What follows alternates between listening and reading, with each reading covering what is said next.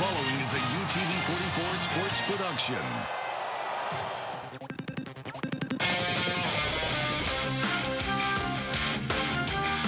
Friday Night Rivals. The UTV 44 high school football game of the week.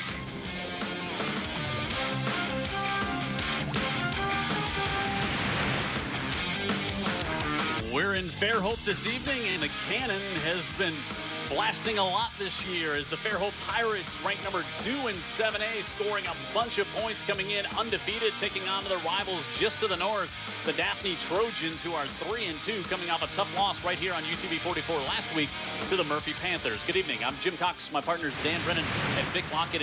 And Dan, we were talking about it in the pregame show with Coach Weingarten. He said, you know, everybody calls this a rivalry, but when the series has been dominated by one team so much, he said it hadn't been much of a rivalry for us. No, it's been Daphne's been all in. You know, they're fine with it. And in fact, again, we talked about this during our news cut-in too. These kids know each other. I mean, these are kids very familiar with each other.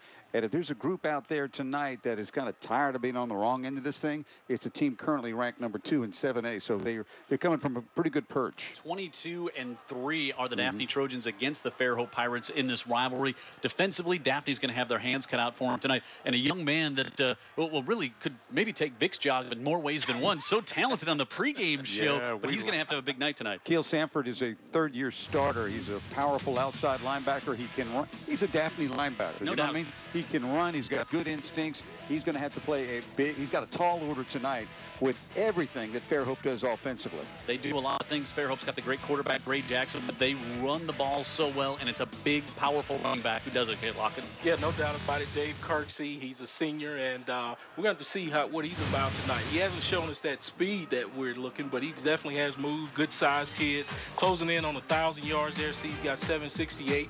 He's part of all those scoring touchdowns as well. He's got 7 of those, so look for Dave Kirksey to be a big part of this offense tonight. Fairhope should be well rested. They had their bye week last week. Kind of a strange middle of the season back-to-back non-region games for the Daphne Trojans, but it doesn't matter. Still a big rivalry nonetheless. Stick around. Kickoff comes up after this. It's Daphne and Fairhope tonight here on UTV 44.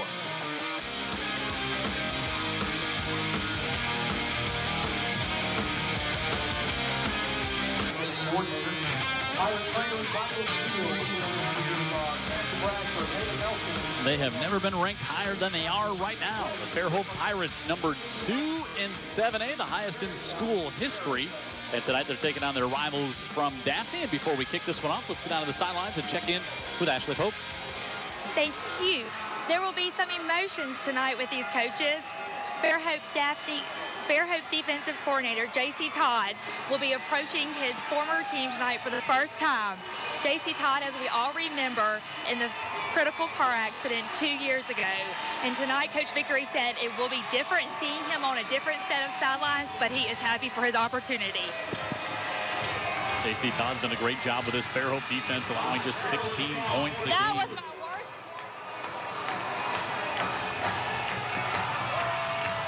And Daphne will kick off. Josh Barella to kick.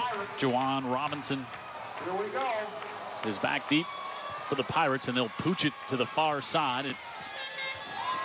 Fairhope will take this one at the 40-yard line. In good field position.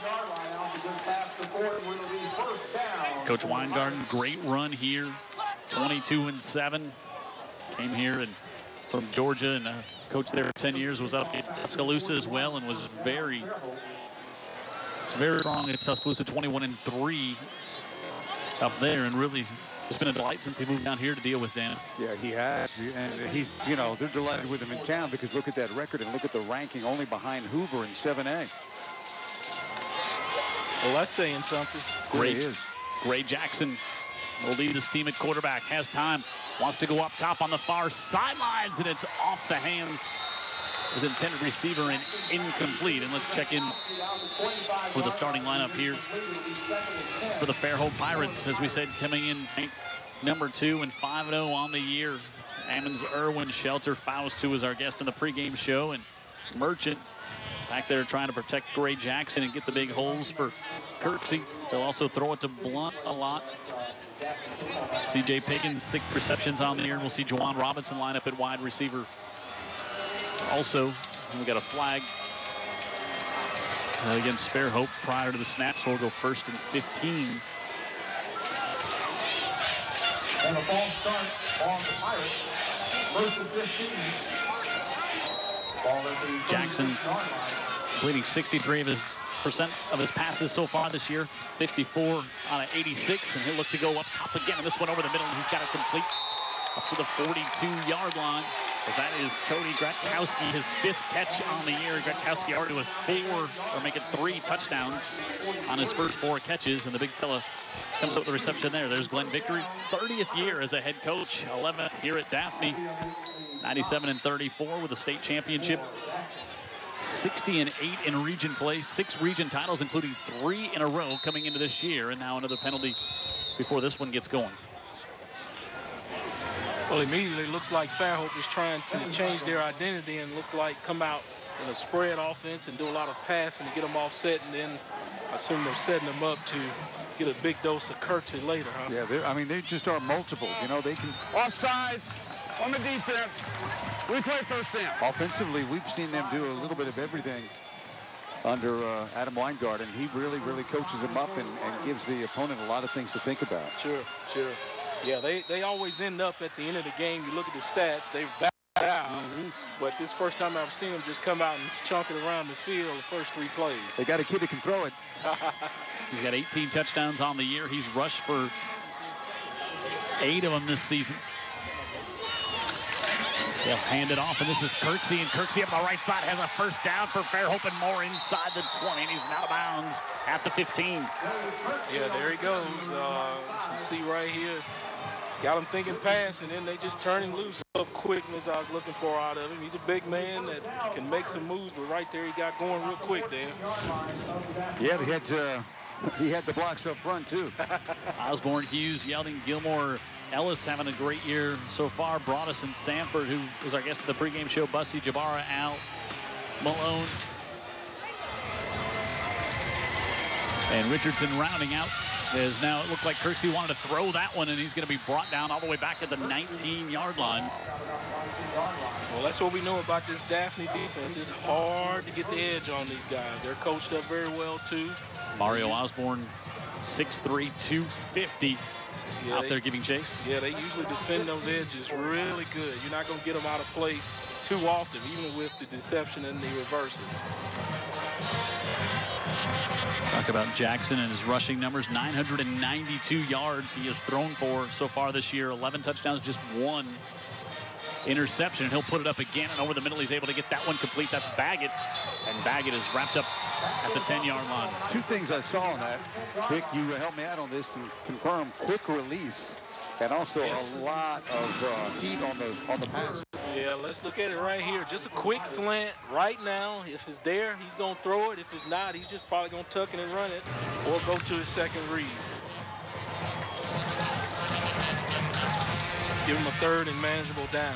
Johnny Milton in now for Daphne here on 3rd and 5. Looking to run the option. They pitch it off to Kirksey on the right side, and Kirksey's in for the touchdown. And here comes the cannon. Thanks for the pre-warning. And that moon was our guy, Dave Kirksey. Just pitch it out to him. He had, again, Dan, all kinds of space out there. Yeah, our pregame friend, Nate Faust. He's the right tackle, or right guard, I should say. Faust and also Merchant on that right side, owning that side of the Daphne defense. Much of that drive, Jim. 8th touchdown of the year for Kirksey. Hayden Terrell on for the point after, and he's got it. Yeah, give some credit to Wynn Blunt as well. He had a good block on that one, too. It only took 2 minutes and 7 seconds, and that man's team is on top. The Fairhope Pirates lead it 7-0 on the UTV 44. Game of the week.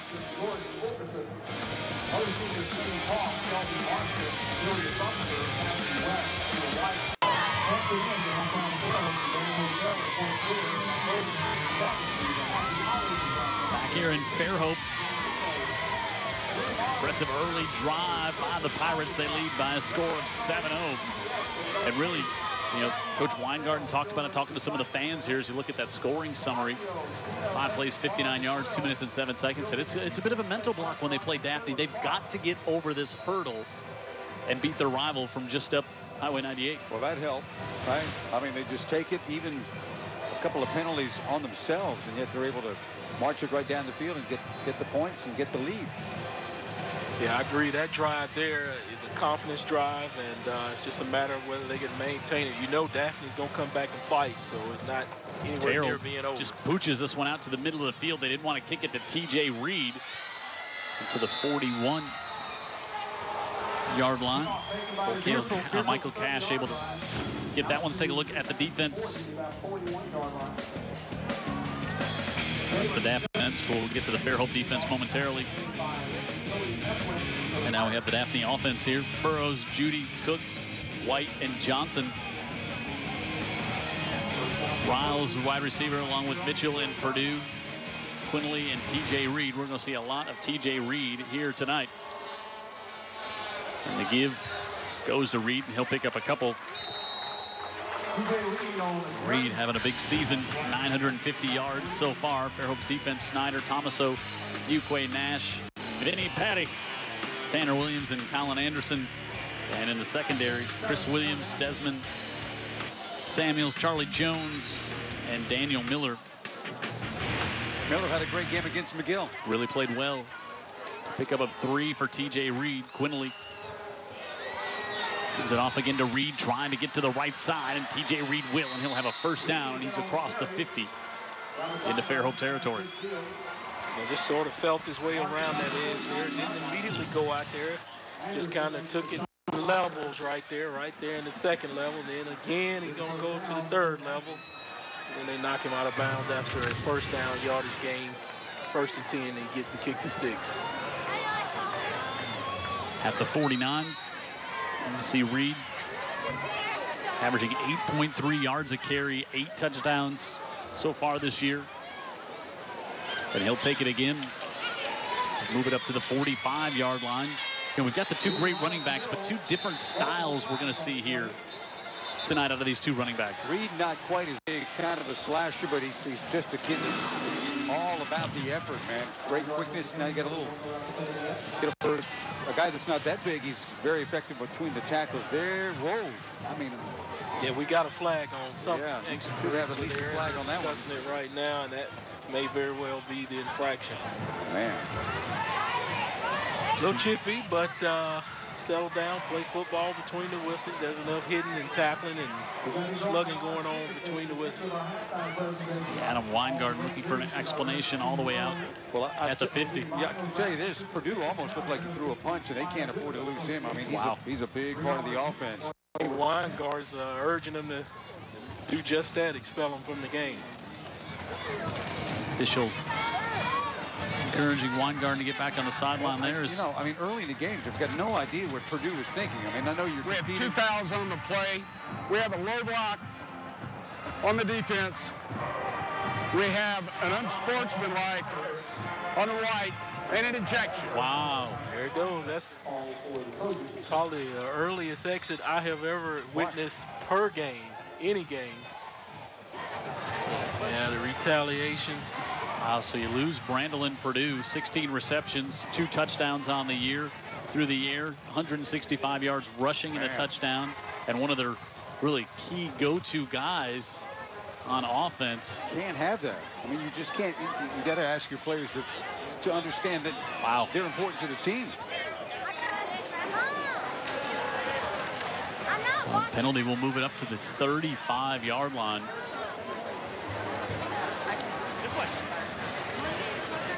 Wow, that is a huge loss for Daphne, but you know, you give the officials no choice when you do that. Well, you know, I can't remember who wasn't. It was 2. It was kind of a blow for blow. One of them looked worse than the other. Yeah, that's what it was. Yeah. And usually the last guy's the one that is called. Is that what happened? I think that's what happened. Scenario again. Yeah, I think that's what happened. And Purdue's his actions were just slightly more flagrant, I guess you would say. One was kind of a push. In retaliation. In retaliation.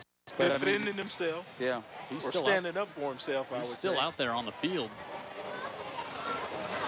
But and it was not a punch like a closed hand punch. His hand was open as here we watched. go. You got the block in the back right there, late. And there's, you know, palm open type of push. Now, Purdue is still on the field, so maybe it's not even on him. Is that possible? So who got Well, Thomas? maybe they did see the first offender. Well, they said there was an ejection, so I'd like to know who it was. I did see that as well. Now Glenn Vickery. I think there's the referee telling. There it goes right there. Wow. And I think the rules affect him going towards the next game when he's sent out of the game as well, right? Oh, that's not good, definitely, for the Trojans. This early in the game. Daphne's going to take a timeout here, try to right the ship a bit. Man, that's just a really, really bad turn of events for Daphne. But, you know, just like you guys said, these kids know each other, and they're, you know, live down the street from each other quite possibly, and they play against each other. And this game is full of emotions and bragging rights. I imagine all that will settle down now. Certainly understanding the magnitude of your actions can cost you your participation. So you got to things will get better. Yeah.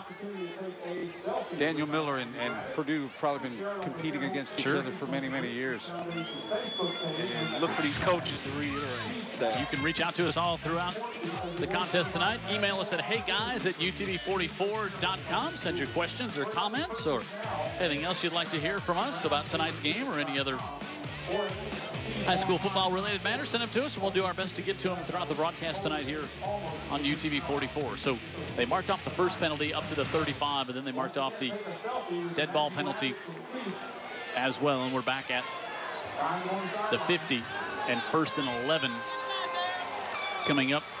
Well, speaking of, hey guys, I already got a note from Dan Kidd, says we make his Friday nights. He's already tuned in, enjoying the football game, and he's always texting and letting me know how he feels about things. We might get some reaction to that ejection too. Yeah, I'm sure we'll get a lot of chatter across the internet about that. Quinley under the center, fires on the far side, and is that one complete for a first down on the Daphne sideline? And doing a pass along, we're having a little technical difficulty.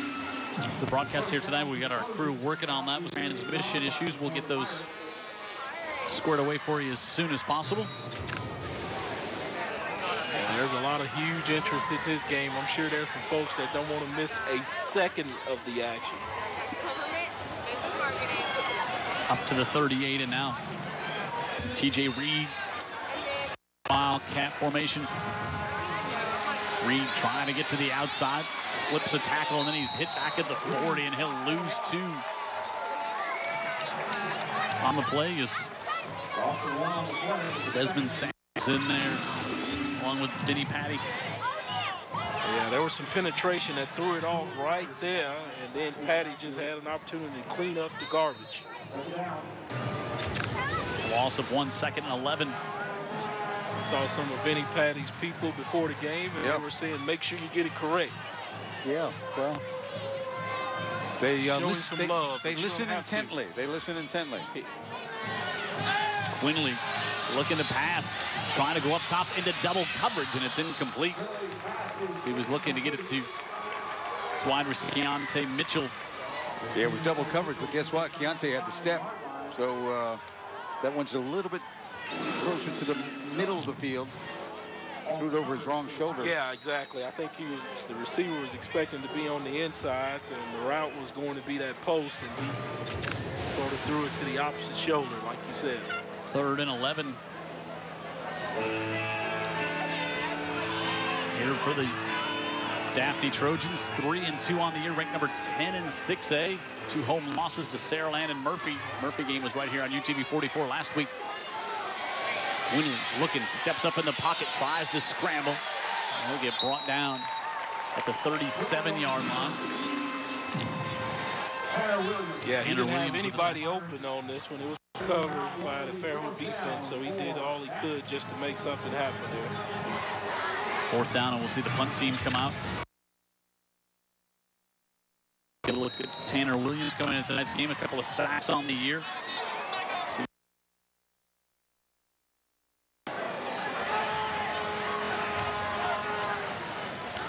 Morello with a high kick, and Fairhope will scamper away from that one, but it takes a great Daphne bounce down to the 12-yard line. I'll tell you about some of our sponsors here on High School Game of the Week. 3 great sponsors joining together: Mobile County Sheriff's Office, the Baldwin County Sheriff's Office, and the Drug Education Council to educate students, parents, and teachers about the effects of spice. Educate yourself and your kids about spice.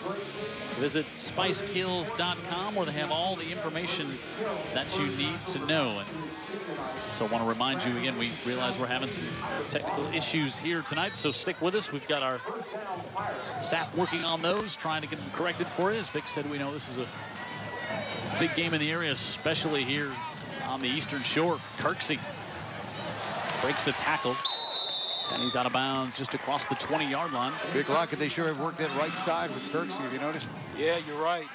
He's getting some movement over there, and then, you know, as you right there, he doesn't need much movement on from anyone else. He creates the movement.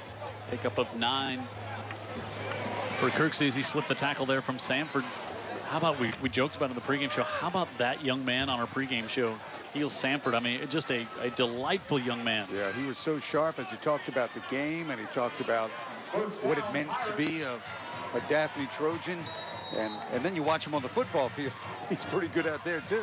Yeah, they actually give Kirksey the 1st down, so we got 10 instead of the 9. And come back to the near side. And that one will be stopped for a short gain. Johnny Milton over in to help make the stop as Juwan Robinson with a catch there. Ray Jackson, you know, throwing it like Craig Kimbrough. It's all fastballs out of him, even though that was a short distance for it to go. Pickup of maybe 2 for the Pirates.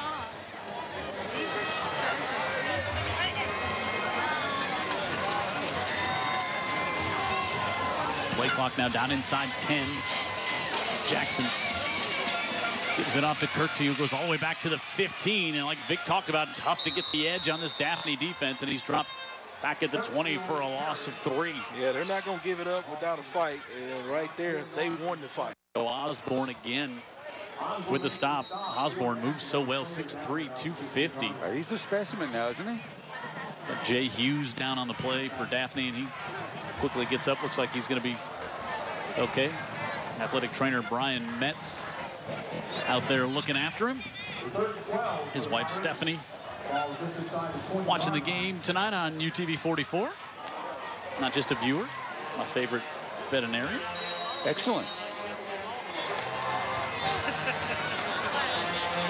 Jim, I didn't know you were a pet guy. Oh my goodness, Vic. I'm a rescue dog guy. Oh my goodness. Yeah, that is good. Oh boy. Take him fishing with you? I think Brian Aaron just pointed to the dog here on my UTV 44 shirt. Gray Jackson with some time over the middle.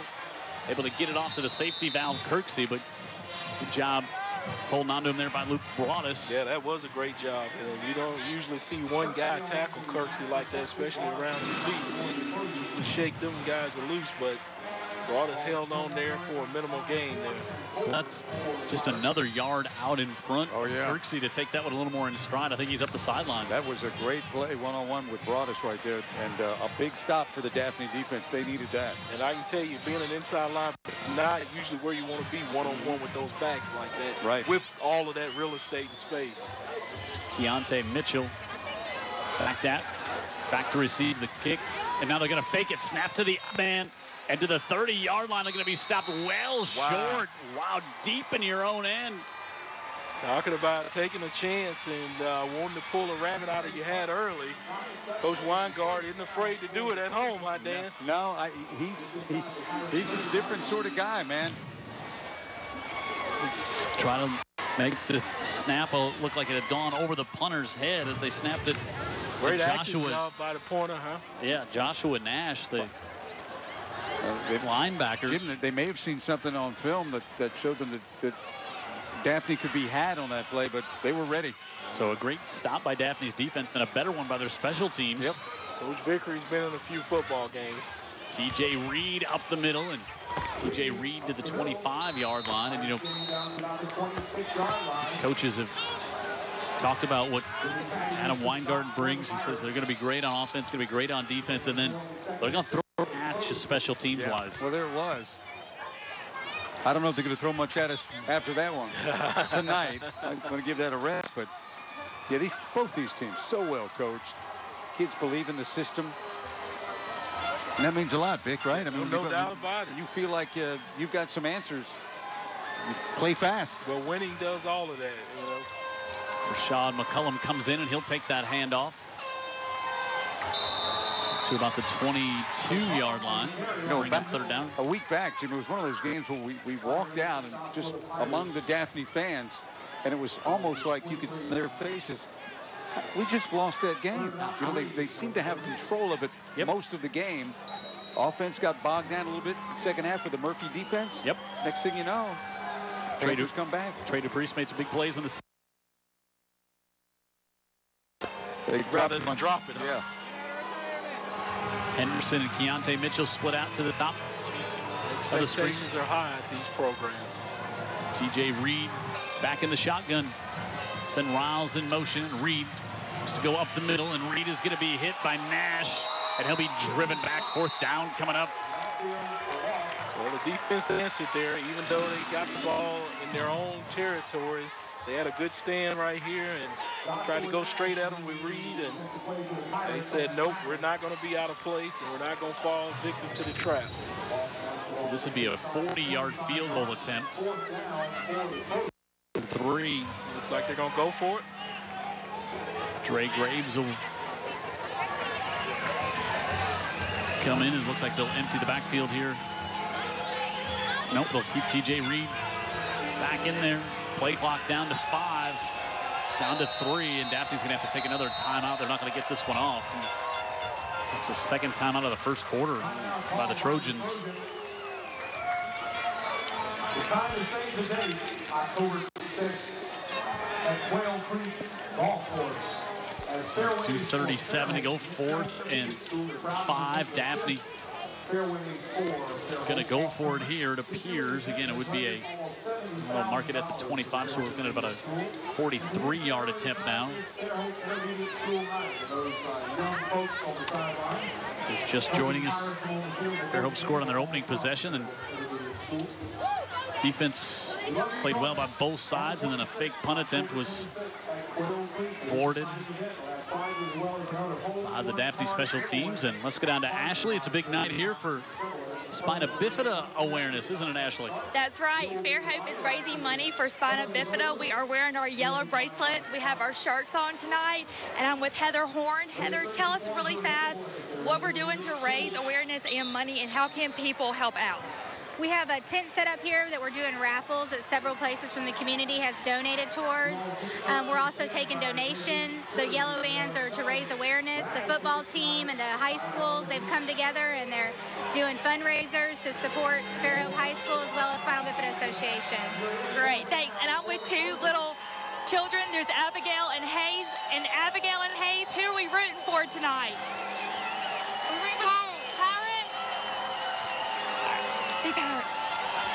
Back to y'all. 4th and 5, and trying to scramble free, and nowhere to go is Quinley, and we see the defense come up big for the Fairhope Pirates. Yeah, they spread him out and came out in that 3-by-1 look, and he really was trying to pass it, Jim, and he didn't see what he wanted, and he knew next thing is just try to run it and get all he can get.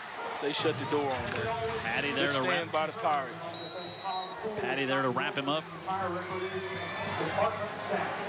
So we're seeing a little bit of everything here in the first quarter. Yeah, that seems to happen when we have a Fairhope game. They're an entertaining bunch, I can tell you that. And again, now solid, ranked number 2 in 7A, the highest classification in the state. And I don't think that was a quarterback draw by no means. Good D by that. Jackson gives it off to Kirksey, and Up to about the 25. This is a quarterback, by the way, that you may see a quarterback draw with Gray Jackson because he's got some wheels. Other games going on tonight. McGill, Tulin, and Bronner and Foley. That's a big 7A matchup this evening. Murphy trying to keep it going as they take on Davidson. Theodore and Mary G. Both teams trying to keep their kind of playoff hopes alive. And that one, Spanish Fort, going to see what the Toros look like with Tyler Johnston not in at quarterback tonight. No gain on first down. 2nd and 10. Now we get a movement. Penalty against a little quick. Fairhope. Other games tonight, Faith Academy and Escambia County and Tiger. That's going to be a good one. A lot of folks keeping an eye on that one tonight. Williamson and St. Paul, Satsuma, Clark County, UMS Wright, and Thomasville. Boy, have those been some classic battles. We've been there over the year. Up in Thomasville tonight. Cottage Hill and Bayside, Hillcrest, Evergreen, and Excel, and Opp, home of the Aarons, taking on T.R. Miller. Choctaw County and Flominton, Leroy Sweetwater. That's a big one tonight. Mobile Christian and Washington County. St. Luke's JF Shields, Fruitdale in action tonight. Milry and J.U. Blackshear and Marengo and McIntosh north of here, wrapping up our busy schedule here on this Friday night. 2nd and 15 for the Pirates. Kirksey pushed back toward the 15, and he'll be forced out of bounds there. Good job by Logan Gilmore to get in there and disrupt that play. Yeah, and originally there, Cale Sanford, one of the linebackers, just shot the gap, the A gap there, really didn't give Kirksey any room to work around in there, so he probably wanted to hit it up in there, but he saw Cale stick his face in there, and he said, well, let me try the outside, and we know how the story goes with Daphne on that outside. 3rd and about 17 for the Pirates, back on their own 16, and watch out, this Daphne team has scored 5 defensive touchdowns this year. Opportunistic and over the middle, and that one's going to be broken up as trying to get it to Jawan Robinson, and boy, if he holds on, he's got the first down at the 35. Yeah, you thought it was going to be a great catch, but Trent Ellis came in there and just said, dislodging him from the football, and said, no way, not while I'm patrolling this area. Take a look at it right here. It stands there. Thought it was going to be a great catch right there, but Trent Ellis just separates him from the football. Ellis here, a couple of sacks, and he's their leading tackler. He's had a great start to his junior year. High snap, and that was blocked. Blunt couldn't get it. It's bounced and picked up into the hands of the Daphne Trojans for the touchdown. William Broadus, they call him Luke, has it bounce in his hand, and the linebacker with the 2nd great special teams play tonight for the Trojans. Yeah, he was fortunate to be in the right places, the right time, catches it on the one bounce, and hey, he's sticking his hands in there, almost doing a Dion there from the 5. Huh? That's a dream come true. Oh, yeah, we love that. Yeah. Inside linebacker. Well, how does this game change around? And before the play gets started, Varela saw a flag drop. How about how this game has changed around? We were just talking about how we see something of everything here in Fairhope. Yep. And it continues. Offside against the Pirates. We're not even a full quarter in. We've seen a bunch. I don't know what it is about coming here to the games, but never, it'd be unusual if it wasn't unusual. And then you got, and then make it Daphne Fairhope on top of it. Exactly. And now after the penalty, I see if Daphne, they may decide they want to go for 2. So you have the attempted fake punt. Daphne takes their final time out of the half. Have the attempted fake punt by Fairhope that doesn't work. They make it look like a bad snap goes over the kicker's head. This snap then goes wide to his right. He has to go and grab it. By the time he does, it gets. It's kind of ironic that they faked a bad snap and then had a bad snap. Almost like a mindset. They kind of had a premonition on themselves. Yeah, I think so. Well, my Bible says if you speak it, it will come true. And right there, they acted it, and it came true. J.C. Todd, I had a great chat with J.C. before the game. He had some of the things he was telling me.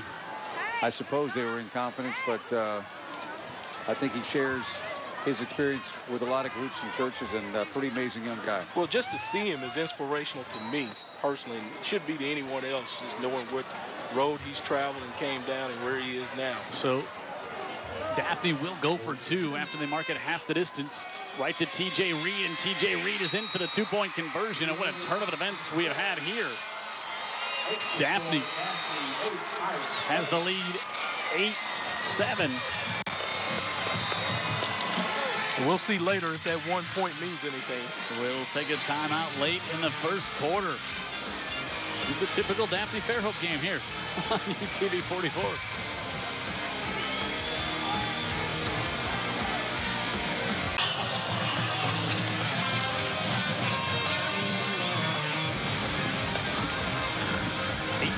Our score here with just over a minute left in the opening quarter. Now Daphne tries an onside kick, but there's a whistle beforehand. What? I mean, all the, they're all tumbling out of the bag here in the first quarter.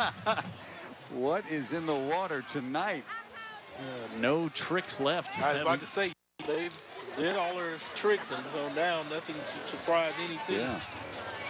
Block punt, fake punt, ejection, onside kick. Doesn't quite go right, but they can try it again. And prior to the ball, away game.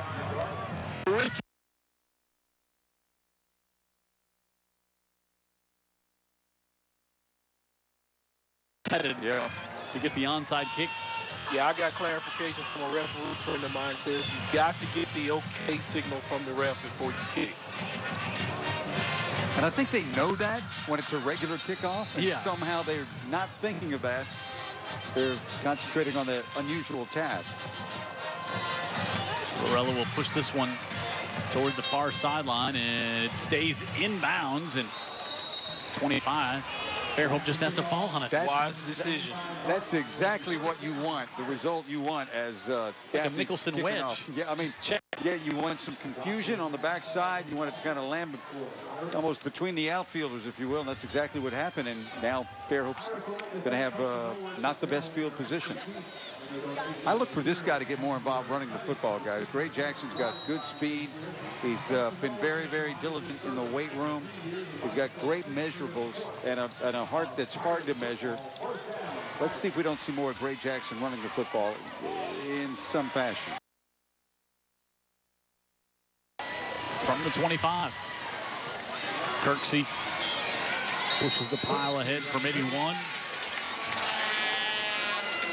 Yeah, he may be a good option, but if it were me coaching, I'd just let Kirksey do all the running and save that quarterback for later. It's a long season. Long season for Kirksey, too. Yeah, I think he's built for it, though. And look at him there, big guy. Seeks it out, makes you miss here and there, so that's his job. Started some as a sophomore, played a lot last year, and now pressure, scrambling, comes back over the middle. He's able to get Kirksey again. The safety valve out of the backfield. Now there's a flag, drop back to the 20s. Jackson play, man. I mean, you can see his head's in the game now. He's a lot more confident than he was as a younger guy. He's got enough athletic ability to buy some time, and then whoop, it's gone like a rifle. Yeah, legal man downfield. That's scrambling around. Kind of got things out of sorts for the line in front. Yeah, sometimes it gets hard for those linemen to hold their water before they take off trying to help out on the pass. We saw Fairhope come out so impressive. 2 minutes and 7 seconds. The big drive. They were off last week, and now you wonder, are they a little out of sync being off for a week, Vic? Maybe playing into a little bit because they've not looked like, give a lot of credit to the Daphne defense, but they haven't looked like themselves here. Sure, yeah. Some coaches hate those bye weeks. We players, we love it, but some players feel like, coaches feel like if you get in a rhythm and stay in that rhythm, you should do that.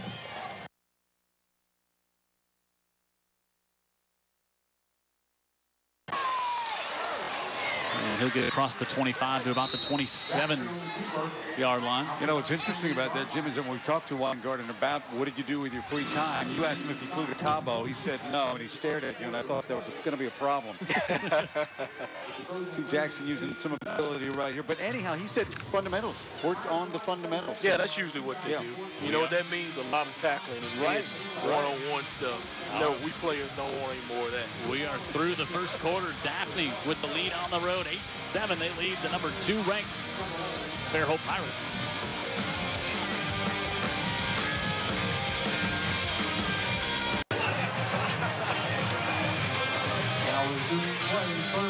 Third and 6 coming up for the Pirates. Open things up in the second quarter. Jim Cox, Dan Brennan, Vic Lockett, Ashley Pope on the sideline. Jared Kihos running around like a madman down there. That is not Ashley Pope with that toga and sword there. No. That is Jared Kihos. You know, Fairhope, for a team that worked on fundamentals for a week, they can't get out of their own way in many regards after that first drive. A lot of penalties. Bad snap. Again, we know we're having some technical difficulties, and got our crew working on it to try to get those cleaned up for you.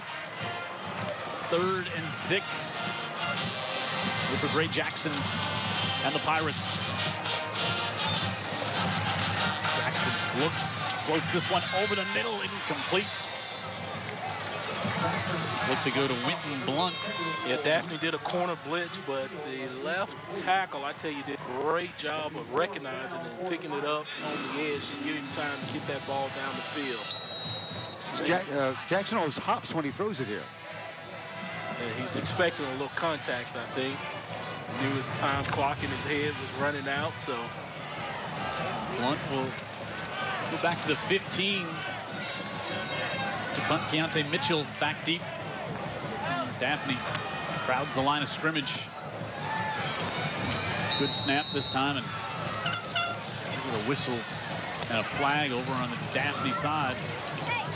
4th and 6. And I think it's going to be against Fairhope again. So Fairhope is now gone. We'll listen for the call. Ball starts. So Fairhope has gone with the impressive touchdown drive. Then they went for a fake punt deep in their own territory that did not work. Then they had the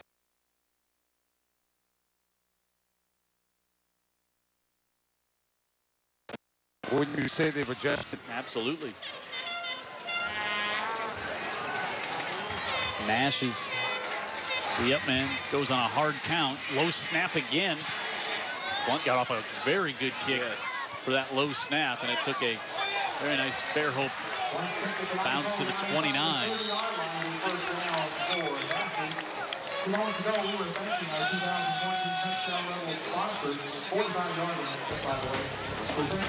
Bringing high school football each and every Friday. Molnex Ford, they sponsor our student athlete of the week, and they're giving away a $5,000 scholarship at the end of the season. And thanks to our friends at Molnex Ford, also Millsap and Associates, located on Azalea Road in Mobile. Excellent rates on auto and home insurance, offering home insurance with wind coverage as well. Millsap and Associates, and Ace Hardware. That's Wigman's Ace Hardware. On the deal. They do. Now they got their brand new in-store paint center. TJ Reed will put some white paint on other helmets. Yeah, I was about to say he's trading some paint. Old NASCAR term there. Yeah, swapping the paint, huh? Not that I've seen one race, Dan. Well, they have them every week. Anytime you want to tune in, feel free. I don't want to feel bad waiting for the crash like most of you guys. Okay, please don't categorize me. Not thank you. No, I'm not. It's a way to endear yourself to racing fans, though, Vic. I'm sure they won't be looking for my autograph. 2nd and 11 after Reed loses one. Quinley gives it off to TJ, and Reed maybe back to the line of scrimmage. Not been a lot between the tackles early tonight here. No, it's funny. We've seen a lot tonight, and at times we've seen nothing. You know, it's been all or nothing in terms of play calling, execution, Well, I'm pretty sure that's how this game's going to go. You know, they're going to play pretty good, sound football on both sides. It's just when that one guy makes a mistake or the other guy really gets the best of one of them, and those running backs will take advantage of just that one minor mistake. 3rd and 11. 11 interceptions on the year for Quinley. Puts this one up in the air. Incomplete. Here's the flag for pass interference, where there was contact there.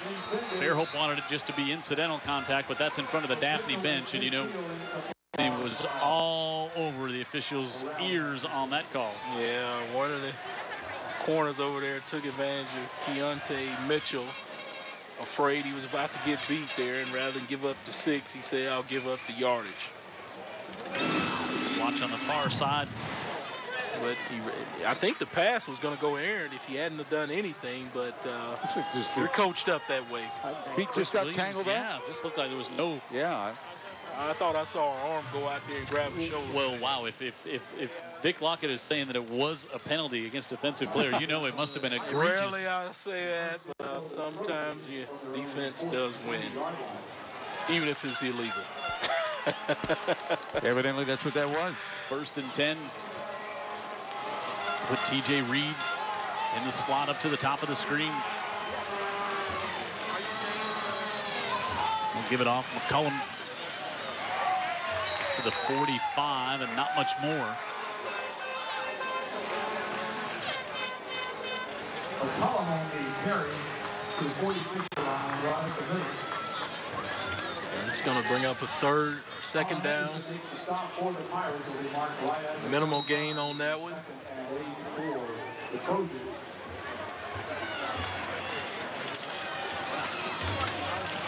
John Quinley setting the slate there for the offense. 2nd and 8.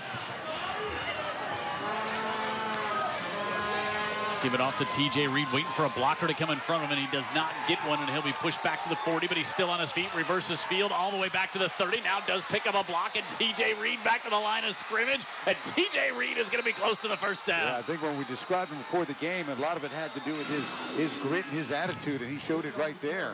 Well, take a look at this defensive end out here. Just plays it great right there. Other finish to tackle, strung him out, but Reed's got that presence of mind to turn it back to the opposite side.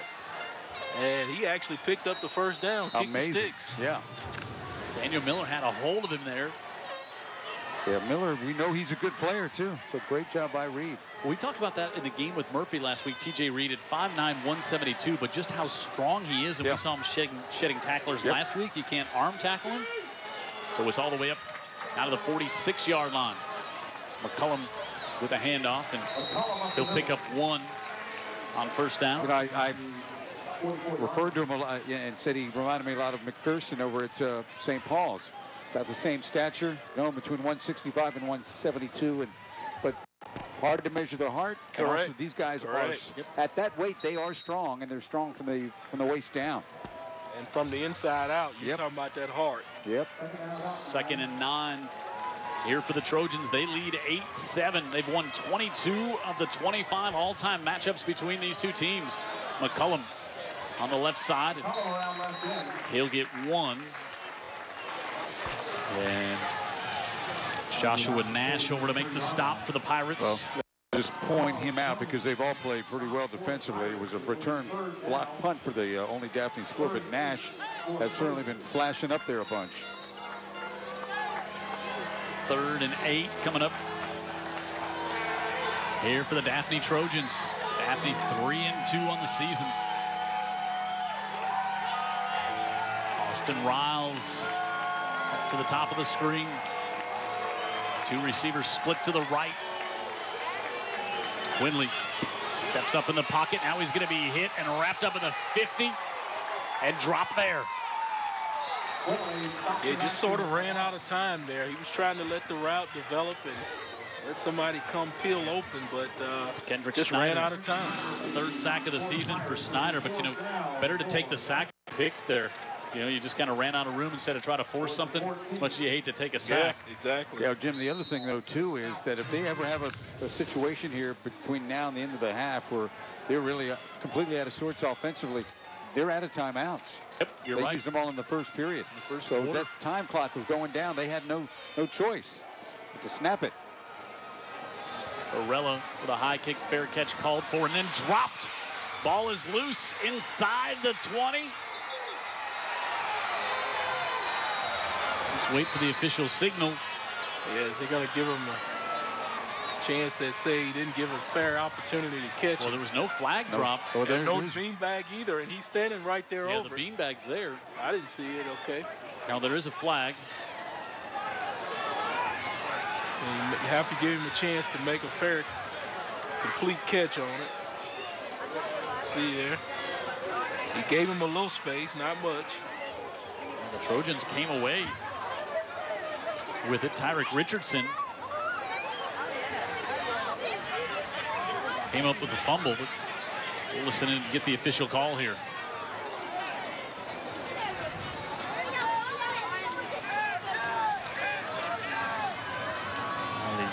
The referee will come over and have some words with Adam Weingarten. So it must be on the Daphne defense, their punt team. Got to find out. Interference on the kicking team. It'll be first down. Yeah, you got to give him an opportunity and some space to catch it when he wants to fair catch it, and he was in there pretty tight. Punt coverage. Could have gone either way, so that's a nice break for Fairhope for sure. I mean, Boy, how about special teams? How big they've been here early on. They've been kind of messy, haven't they? Yeah, see right there, he's just too close to give him an opportunity to get a good, clean catch there. I think it's about 2 or 3 yard space you got. Keel Sanford. Yeah, there's our guy competing. And the penalty will move it up to the 35-yard line. I mean, if you're close enough where the guy trying to catch the ball can tell if your breath's good or not. Yeah. I think then there's the violation right there. He was pretty close. Again, we're aware of our technical difficulties we're having here tonight. Kirksey with a handoff to the 36-yard line. Not that again. Yeah, he did you know, it's just like what happened in the beginning. You know, the last guy is going to get penalized if you're doing that, and the play's just about over. So, flag laying at the 33. How costly would it be for them to go without their star running back? I'm telling you, I mean, it's just not, you know, I don't know. And if you're the Daphne bench over there, you're saying, hey, our guy got thrown out. Yeah, our top guy. Right. It's tit for tat now, huh? You would think. But I don't know, that wasn't really the... Let's see here. There's the push. And there's the push back. Yeah, that's not an ejection. It might be a flag, but it's definitely not an ejection. Well, let's see. These guys said stranger things have happened. Go foul on Black. Repeat, first down. He survives. He does survive, but he hurts his team big time. Again, that's Sanford in the middle of everything, right? The emotions on high here tonight in this rivalry, and I think, as you see, Coach Adam Weingarten getting in the ear of David Kirksey. Yeah, he likes that kid a lot, by the way. Weingarten said couldn't have a better kid, but he's got to do a little counseling on the sideline right there. Yeah, and that's part of growing up, part of high school football. Second and 25. Gray Jackson scrambling from the pressure, throws to the near side, incomplete. Wow, and it looked like Chris Sanford had a hand. The offensive player there looked like he had a hand over on Richardson. Could have been an offensive pass interference call there. Also, I think Jackson, this is a mistake to even throw this ball right here. Yeah, he tried to set up a couple of times to deliver a good ball, but he just couldn't ever get comfortable in the pocket there. The Daphne defenders were harassing him. And he just missed 2 opportunities to get the football out of his hand. Now 3rd and 25. Looks like our crew has got our technical difficulties fixed, so we're glad you stayed with us for this one. We got a good one here tonight in Fairhope and Kirksey. Up to the 32, but that's going to bring out a punt situation. And now we got more back behind the play. Also had a referee down. Yeah, I thought he was going to be in bad shape there. But glad to see him pop back to his feet there. They can record that as one tackle on Kirksey right there. Kirksey dragged down by Mario Osborne. And put Osborne all the way downfield, Jim. Yep. We'll see the punting adventures continue here. Winton Blunt stand back at the 20. Keontae Mitchell up at the 35. We've seen bad snaps. Fake punt. And a fake punt that did not work.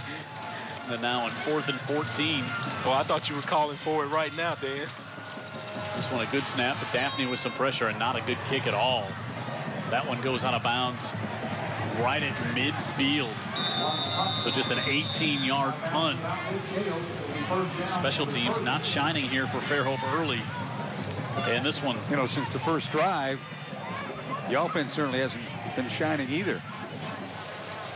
Glenn Vickery a man down, and they've got the lead. Time for our trivia question. Here tonight, name the only head coach who's been the head coach of both Daphne and Fairhope. Wow. I'm going to go with Tony Sperano. I'm going to go in the NFL. He's the interim head coach, but isn't everybody always interim in Oakland? Boy, more flags. Look at this, guys. Right at the end of the play, that one comes in after a gain of 2. Pretty chippy out there. TJ Reed with a carry. They bottled him up. Here, except that one reverse field. Yeah. There's a play that it looked like they had him bottled up. Correct. Run, a personal foul, face mask, defense. Wow, the 15-yarder. Well, that doesn't mean it was incidental. Yeah, he turned him all the way down and continued to pull on it while he was on the ground. Yeah, Tanner Williams. That is a flagrant. 9 penalties for 77 yards against Fairhope here in the first half. Week off, huh? A little rusty. And then you come back for your big rival who you have not beaten since 2009. TJ Reed to the left side, cut it back to the inside, took a big lick. Got pulled down back at the 34-yard line. Colin Anderson, the sophomore, there to make the stop. Boy, he's a specimen, too, for just a sophomore.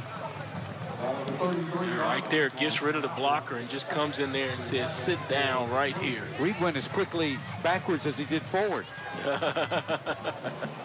2nd and 11. That Porsche can go just as fast in reverse as it forward, huh? That time.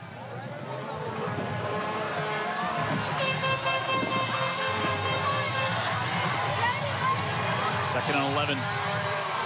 Daphne, the Trojans lead by 1. They'll give it to TJ Reed, and Reed trying to get to the edge, and TJ Reed will. He's got the first down, and Reed steps out of bounds. Well, give some credit out there to Austin Riles, just staying on his block out there to give TJ some room out there on the edge. You know, a lot of times these wide receiver divas are always talking about catching the ball, but check out Austin Riles out there just enough out there on Chris Williams so TJ can get the corner there. They stand him up at the end, off the ground. Really stood him up.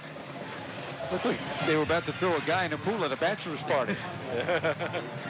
See where they throwing up the cheerleader. The officials trying to mark off a penalty at the end of this play as well. Let's listen. Well, maybe that was Unsportsmanlike on the defense. First down. Yeah, maybe they flagged him for holding him up in there like that. 1st and 10. Making now 1st and goal at the 9 from the mark off at the penalty there against Fairhope. TJ Reed going to be hit for a loss of 1 here.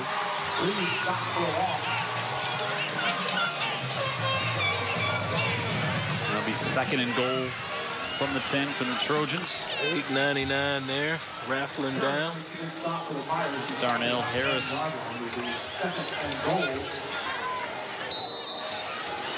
This has been a very odd flow to the first half in this game. Oh, you've seen flow?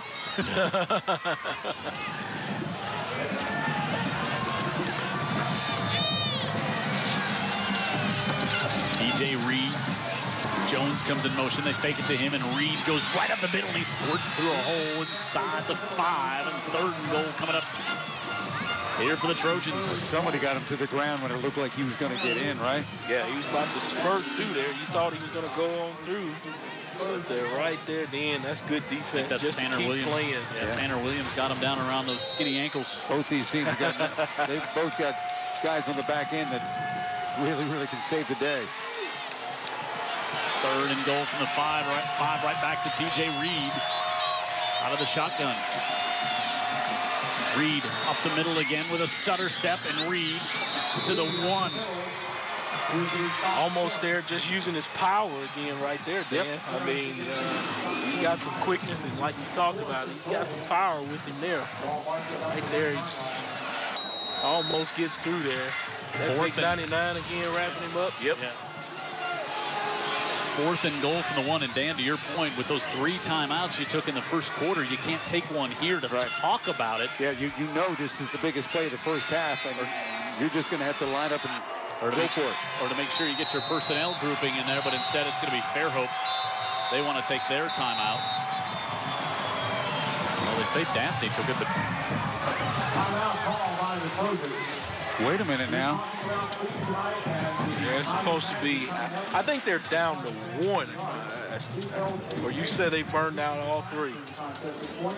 Yeah, I don't think our scoreboard there is reflecting the situation. I thought they were clean out. I did as well. And I think Brian Aaron, our statistician, thinks the same thing. I can't argue with Brian. He says that's their 4th. Well, that's well, they'll only get 2 in the second half. I thought it was 2 though that they burned, but I'm going to yield to Brian because he's looking at that sort of thing. Well, they burned 2 real quick, and then they burned the 3rd one. We thought about the minute mark of the first period.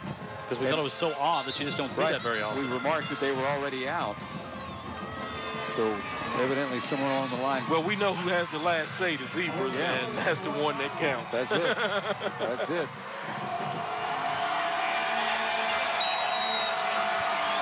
A lot of things have happened in this first half. Here is the play of the first half. And a 4th timeout, huh? 4th and goal from the 1. All the extras in. TJ Reed goes up over the top, a la Sweetness, and he's in for the score. The ball came loose, but he was already in for the touchdown. Yeah, once you break the plane, the play's over, it's dead, whistles are blown, it's over. Now we know something else about TJ Reed. He can jump. Yeah, you saw that. He had some hops. He did. He ended up like up on the shoulders of his lineman, huh? Right here, up and over. Boy, that Fairhope defense didn't give him much. No. But he only needed a yard, and he got it. Varela for the point after. And it's 15-7. Daphne with the lead in what's been a strange one, to say the least, here in Fairhope. We got 2 minutes left. That's a lot of time for more strangeness in the first half. It's the game of the week here on UTV 44.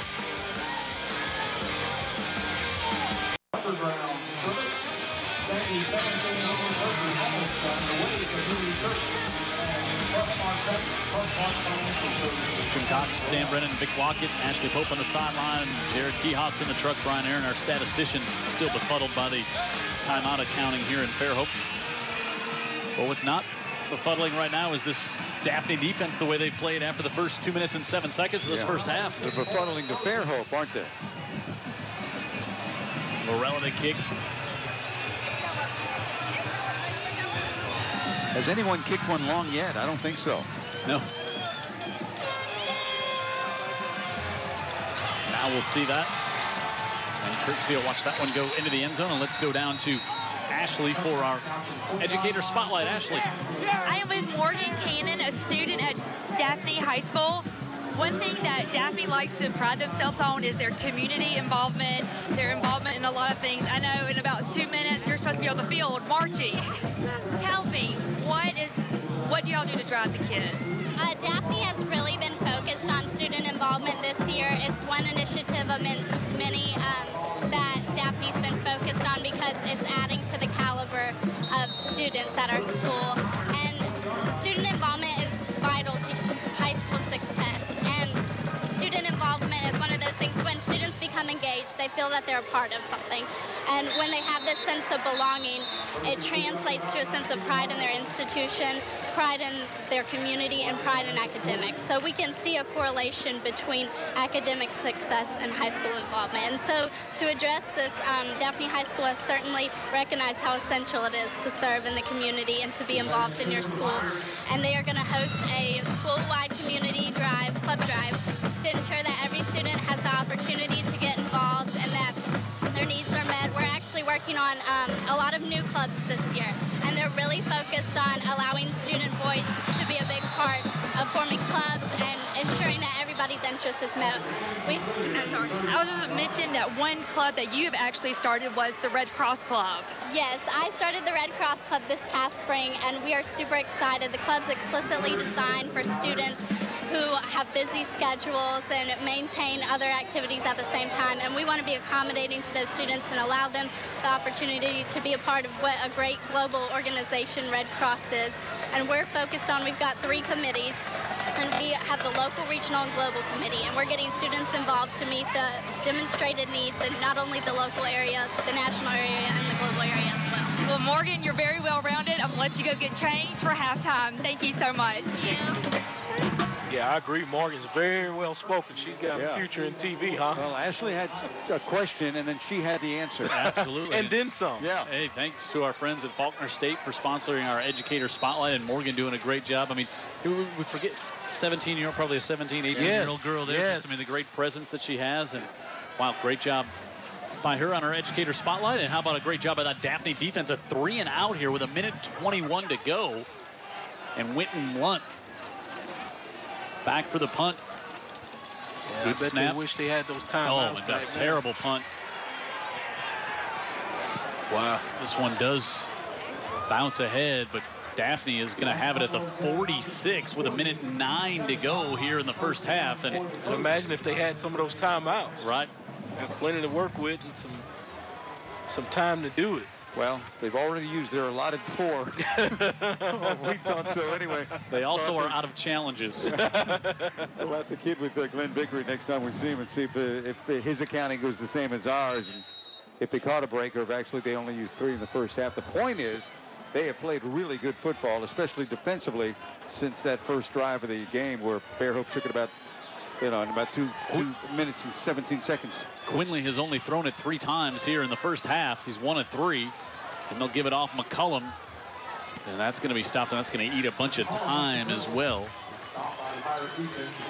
Yeah, that was the expectation I had out of Fairhope, is that they would run it consistently like Daphne has, even though Daphne hadn't had a whole lot of success with it, but you just thought they would just keep feeding the beast Kirksey. Daphne not in a big, huge hurry here. 2nd and 11 from the 45. Blitz coming, stepping up.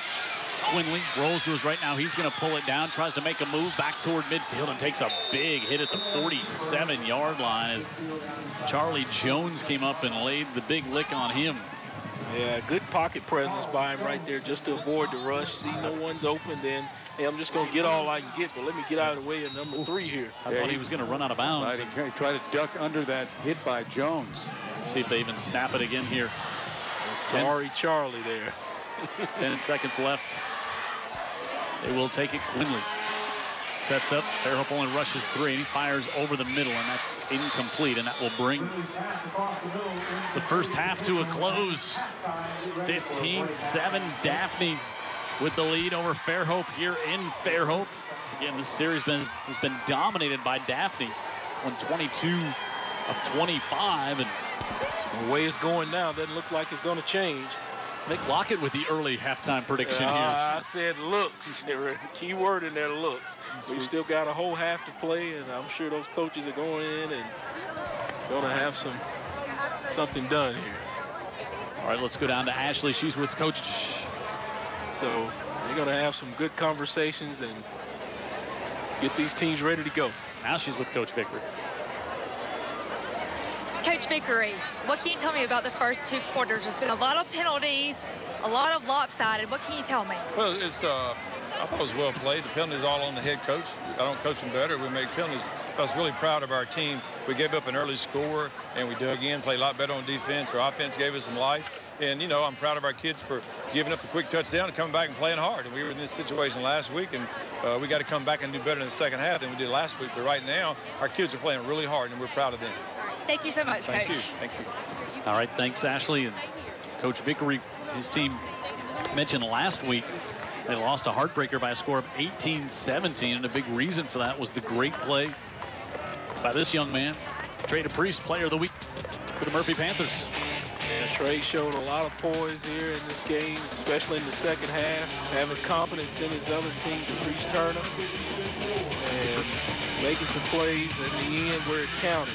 DePriest Turner, our Player of the Week. We're going to get a chance to see them maybe a few more, at least one more time down the stretch. Looking forward to seeing this Murphy team, how they continue to grow. Yeah, and you know what happened for DePriest Turner was all those guys that were dropping him in the first half were making big plays and catching them in the second half.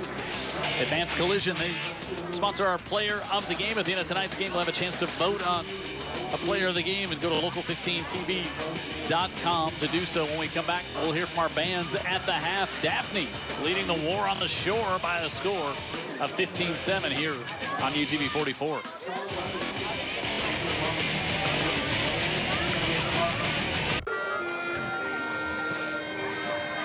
UTV 44 Game of the Week halftime. Daphne leading Fairhope by a score of 15-7. Let's go down and enjoy the Daphne band.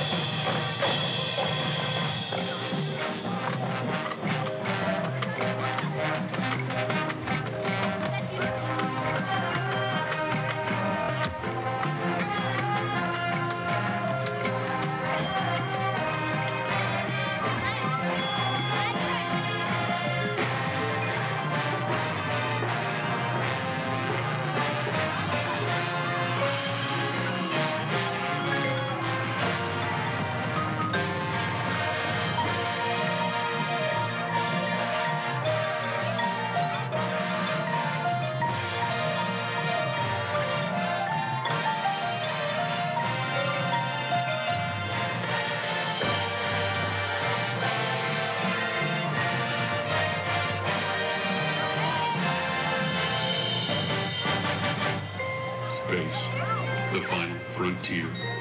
Our mission, to explore strange new worlds, to seek out new life forms and new civilizations, to boldly go where no one has gone before.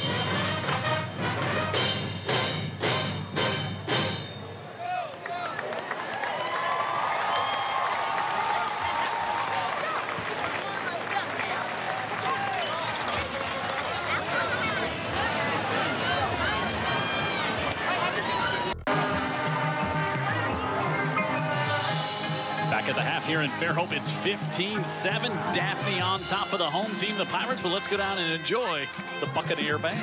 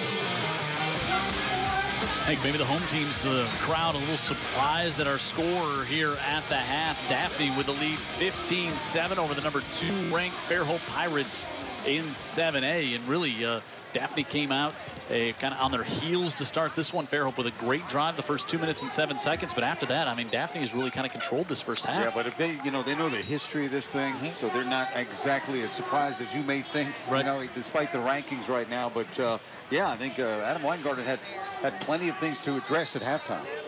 Vic, I think that Daphne defense playing so well, but you were like, in the second half, you want to see a lot Kirksey running the football if you're Fairhope, don't you? Yeah, I think so. I mean, he's their bell cow, and why not ride him? I know you want to catch him off guard and do a little bit of passing and mix it up, but we know who's going to get you there, and that's Kirksey. So he was the one that scored their only touchdown, right? Yeah, it was a great start to the game. 2 minutes and 7 seconds in.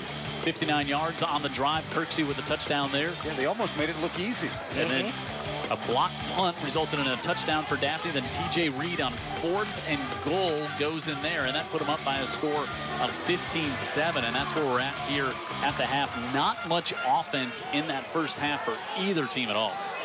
No, and after that first drive, we expected to see offense. Fairhope's been putting up numbers in terms of yards and points all year long, Jim.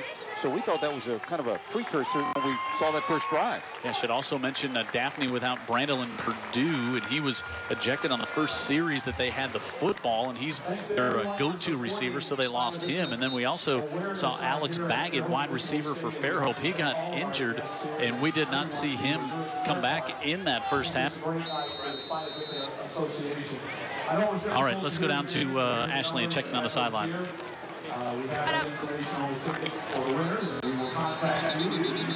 And we'll come back to Ashley in just a bit as we get ready to kick this one off here in the second half. And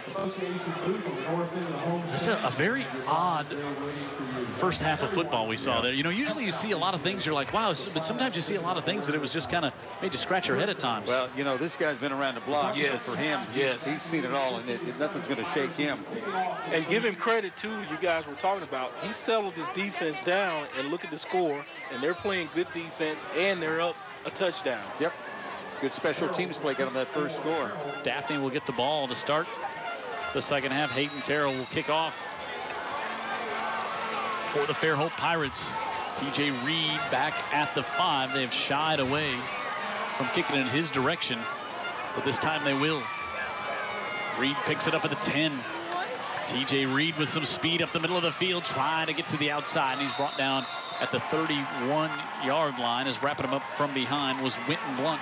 Jim, I think it'll be interesting, and Vic, watch on this too. I think it'll be interesting to see if we just see a different level of maybe energy and intensity from Fairhope here in the second half. Not that their defense has played poorly, but they've got to make a point here. Sure. Especially offensively. And you can know that Coach Wingard probably went in there pointing out a few points that they'll need to bring forth here in this second half if they're going to be competitive in this football game. Quinley, quarterback for the Trojans, with TJ Reed, who takes it. And Reed is wrapped up right as he got to the 35-yard line. Nowhere to go for there. Michael Tomaso able to come in with a stop. Now let's check back in with Ashley. Ashley. Coming out of the locker room, Coach Weingarten said, straight to the point, we've got to play football. We're not playing football. If we play football, then you'll see a difference in our team. Well said, simply put, and I do agree with you. Got an injured Trojan on the play. Looks like one of the linemen. Oh, let's pray he's not nothing serious and he's okay.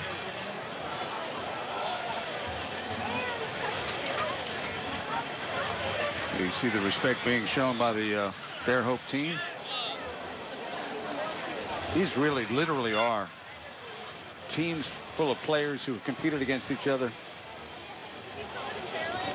since they were very, very young athletes. So they know each other. Jacob Burrows over to the sidelines. Lost a very influential man in high school football this week, Vic. Yeah, we want to mention about Bob Pannoni. He passed away this week and lost his battle with cancer. Great guy, great contributor over here on the Eastern Shore to this community, as well as being a great football guy. My first encounter with him was back in '89 at the Alabama-Mississippi All-Star Game, so certainly want to mention that. I know his family are big high school football fans as well. We'll continue that in a second as T.J. Reed gets to the edge, and he's got a first down, and he's knocked out of bounds just shy of midfield. Bob Pannoni, one of those guys, always a big smile on his face, and we've known him for years since we've been doing it. We used to hear some funny stories back from the old days. Terry Curtis used to tell us a bunch of funny Bob Pannoni stories, but you know, I was also always at the Super 6. He was always, the job he had was he was the red hat. He'd have the Santa Claus hat on. Yeah, that's right. And he would let the officials know that it was time for a timeout, but just loved being around kids, and we were all better for getting to know him. Yeah, you made a good point about his personality. We never saw Bob when he wasn't as delightful as the last time we saw Bob. You're right. So I know his family, they all proud of all his accomplishments and how he was all very big on serving and serving others, and he certainly did that through his entire life. Quinley puts this one up. Look at it in traffic on the far side. It's incomplete as he had his receiver, and it went right through the hands of Tyrick Richardson, who's usually a cornerback, but they have moved on to the offensive side with Brandon Purdue out of the game. There you go. Yeah, guy probably not used to catching a lot of passes like this, but he did real good adjusting to the football, and looks like he was going to haul it in. Just didn't completely look it into his hands. You know, see his head was still looking back, and the ball was in his chest. Yeah, Quinley has shown us the 2 times we've seen him, not a consistent quarterback necessarily, but a guy that can launch one. He can throw the long ball. Yeah. He's 1 for 5, but that one, you don't put that one on the quarterback. Oh, that was pretty. And now we'll go back to the Wildcat. McCullum goes in motion. T.J. Reed, he's going to be hit and bottled up for a loss of 2 on the play. Again, that's Michael Tamaso in there to make the stop, just a sophomore.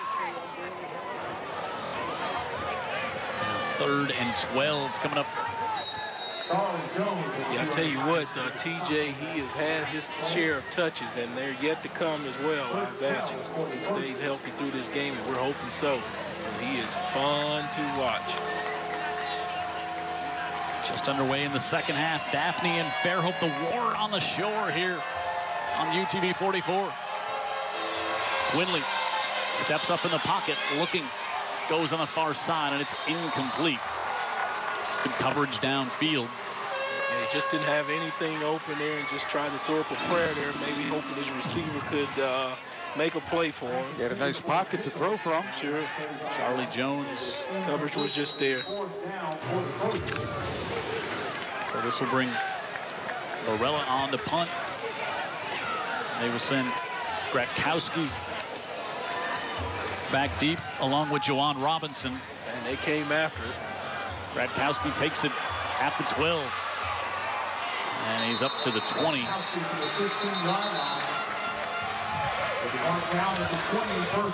And we'll tell you about more friends of ours who bring you high school football every week here on UTV 44, the Orthopedic Group. Experience, excellence, trust, advanced collision. And also our friends at Greer's, Cash Saver, Cost Plus Food Outlet. Say hello to Robert Greer, one of my favorite guys in the world, other than wearing that orange and blue. Talking about Auburn. Great Jackson gives it off. Kirksey trying to break a tackle, and Logan Gilmore brings him down in the backfield. Well, they were ready for him that time. Wasn't able to break the shirt tail tackle there. It slowed him down enough that the rest of the Trojans came after him. 2nd and 15 after a 5-yard loss. You don't see Kirksey get dropped for a 5-yard loss very often. No, Kirksey's one of those guys you almost have to get him before he starts, turns those shoulders and starts coming at you. Sure. So that's how you do get him. But great defense there, huh? Yeah, and you know, it's 2 weeks in a row. This Daphne defense has not been easy to run on. You're right. Either time. Play clock down to 3, and they get it off. Jackson wants to keep it, and he sprints out to the right side and gets back to the original line of scrimmage, but no more. Yeah, that was a read there all the way for him, and he pulled it, and they were waiting for him as well. Mm-hmm. Yep. 3rd and 10 coming up. Now the field position has been all in favor of Daphne in this game. And time of possession as well, but they have the lead by 8.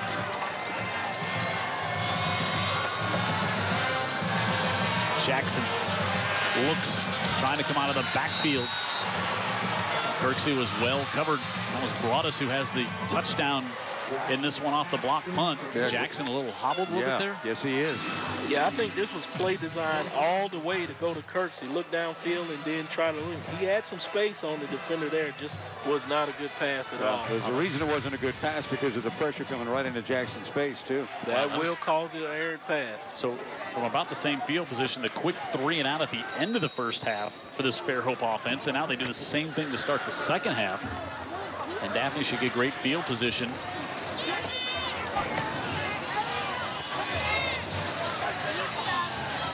Blunt, little kick from his own 6. Low snap, pressure coming again, and that one a very poor punt. I don't know if they got a piece of it or not, but it goes out of bounds at the 40. It's special teams. I think the kicker got a little edgy there, seeing the rush, the punter, I should say. He had the pressure coming. Let's go back down to Ashley for another Educator Spotlight brought to you by Faulkner State. I am with Fairhope's principal, Mr. Cardwell. Mr. Cardwell, there's a lot of things going on right now at Fairhope High School. Tell me a little bit that sticks out the best to you. Yeah, Fairhope, we've got a great arts community, and one thing that we've implemented after the budget cuts, we were able to bring back dance. I've got a great dance instructor, brought a choir teacher coming in, Diane Ham, who's just phenomenal. We've got a piano lab. All our kids are signing up, and it's so neat to look in there and you've got basketball players and other kids all in there learning piano, and we just got some really cool things. Our family consumer science teacher, we took her from a friend of mine up in Spanish Fort. He's mad at me, but we got her here in Fairhope, and she is just, I mean, just absolutely personality. So we got some really good things going. That's on top of our theater, our arts. I mean, it's just phenomenal what we got going on. And that's awesome to see the arts back in, you know, public schools like that. Well, I appreciate you spending time with me, and good luck. Thank you. 2nd and 8. Here now for Daphne at the 40 as we're inside 9 minutes to go in the 3rd. Quinley working, comes over the middle, able to get that one off and complete. And he's got Henderson, and Henderson to the 35. He'll be a couple yards short of the first down. Quinley, very decisive, right, Jim? Yep. Knew right where he's going to go with the ball. Yeah, and great defense by the Pirates, getting at least 8 or 9 guys to the ball carrier. Always taught run to the football, everybody. 3rd and 3 coming up here for the Trojans. 3rd and 3. Sounds like a lot of T.J. Reed. Yeah, maybe twice, right? Now they'll put T.J. Reed out in the slot, and we'll put McCullum off next to Quinley, and the officials will get this one started here. Bunch set up to the top of the screen. Hard count.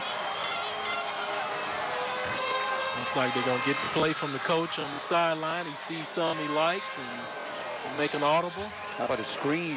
McCullum. McCullum will take the handoff, and he'll go on the left side, and he's got the Daphne first down to the 29. I think what they did was they just gave you a lot to think about with that bunch formation, including Reed on the outside. And just run the simple veer right there, dive. Veer right at you over the left side.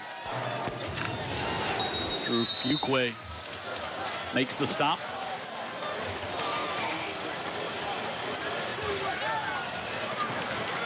Fresh set of downs.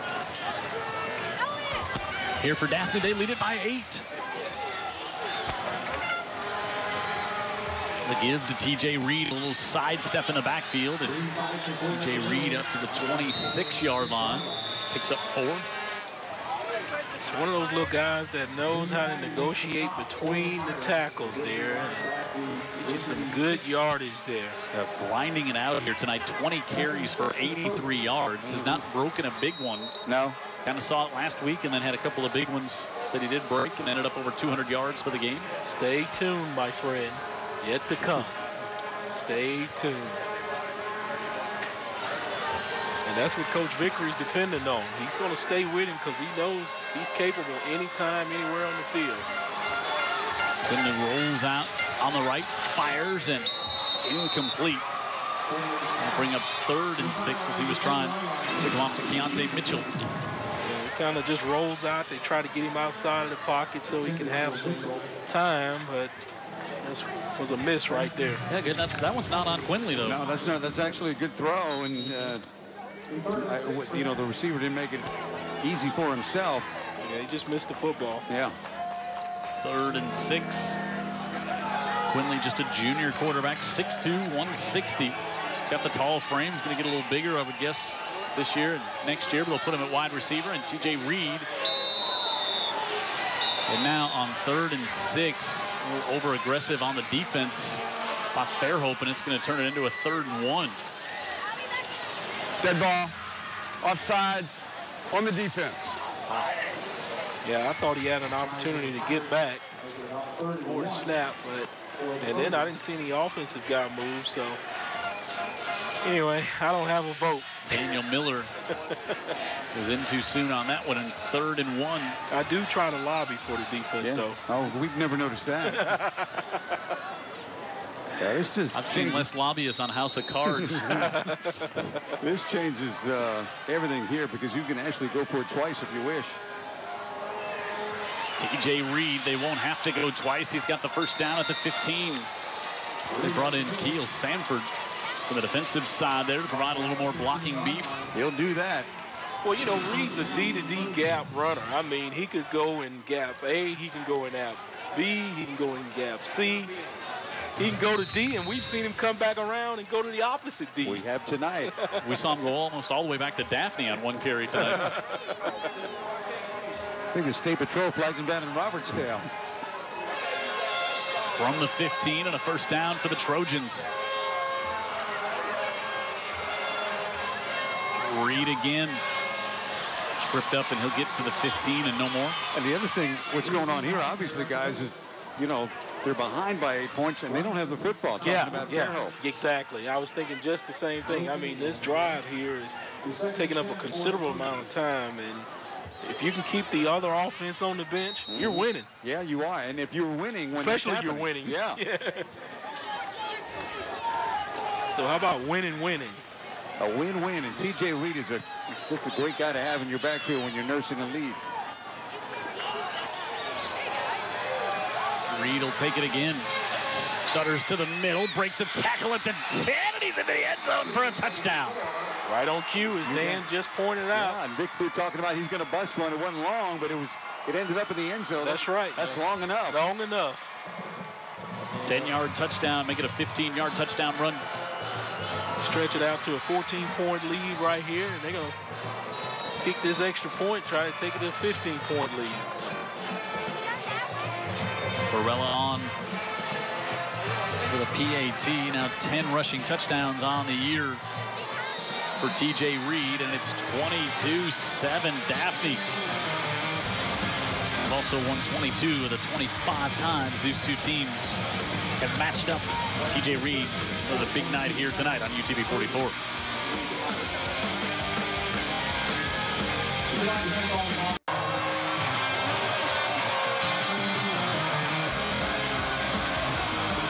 Student body trying to rally their team on here tonight. They need something. Earlier, you might have had the idea that you had to adjust your set, but don't adjust your set when you see the score. The number 2 team in 7A is trailing by 15. Barella will kick for the Trojans, and Fairhope, who's gone 2 and out the past 2 possessions.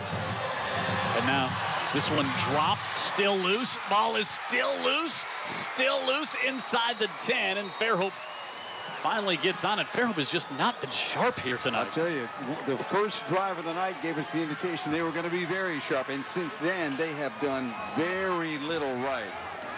And there was a lot wrong going on right there. Yeah, Kirks is just, you know, Not real sure about the ball, just kind of following around with it. And, right through his legs, off the helmet. Yeah, that's a trick I'd like to see done again. I don't think Coach Weingarten would like. No, he would not. I do not think he wants to see that. But special teams, they've put him in a hole with bad field position throughout the evening. And now they'll start this one at their own 9. Down 22-7 inside 5 minutes to go in the third. Jackson fires incomplete. Miss Gratkowski. When we talked about the series and how it's been dominated 22-3 at the hands of this Daphne team since Daphne opened up. And, you know, at some point it does become a mental issue. Well, let me speak to that. A team has to believe they can win. Otherwise, they will go in the game expecting something to happen, negative or bad against them, and it will happen. I think the other side of that, too, you got to hand it off to what Daphne's done here tonight. Not just a mental thing. Daphne has played great now. Jackson wanted to do a screen, instead pulls it down and dumps it out to Winton Blunt. And Blunt up to the 22-yard line. This will be good for a first down as he's still on his feet. But what a play by Jackson on that one. What an amount of trust in Jackson to be trying to operate from the end zone like this. Yeah, that was a fake screen one way, and they were coming back over here to the single guy that's over here. And he does a good job of collecting the football and getting all he can get.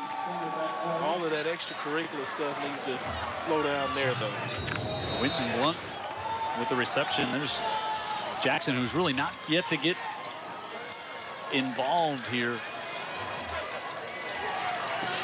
Now he'll pull it down, and he'll take off and run. And he's out across the 30.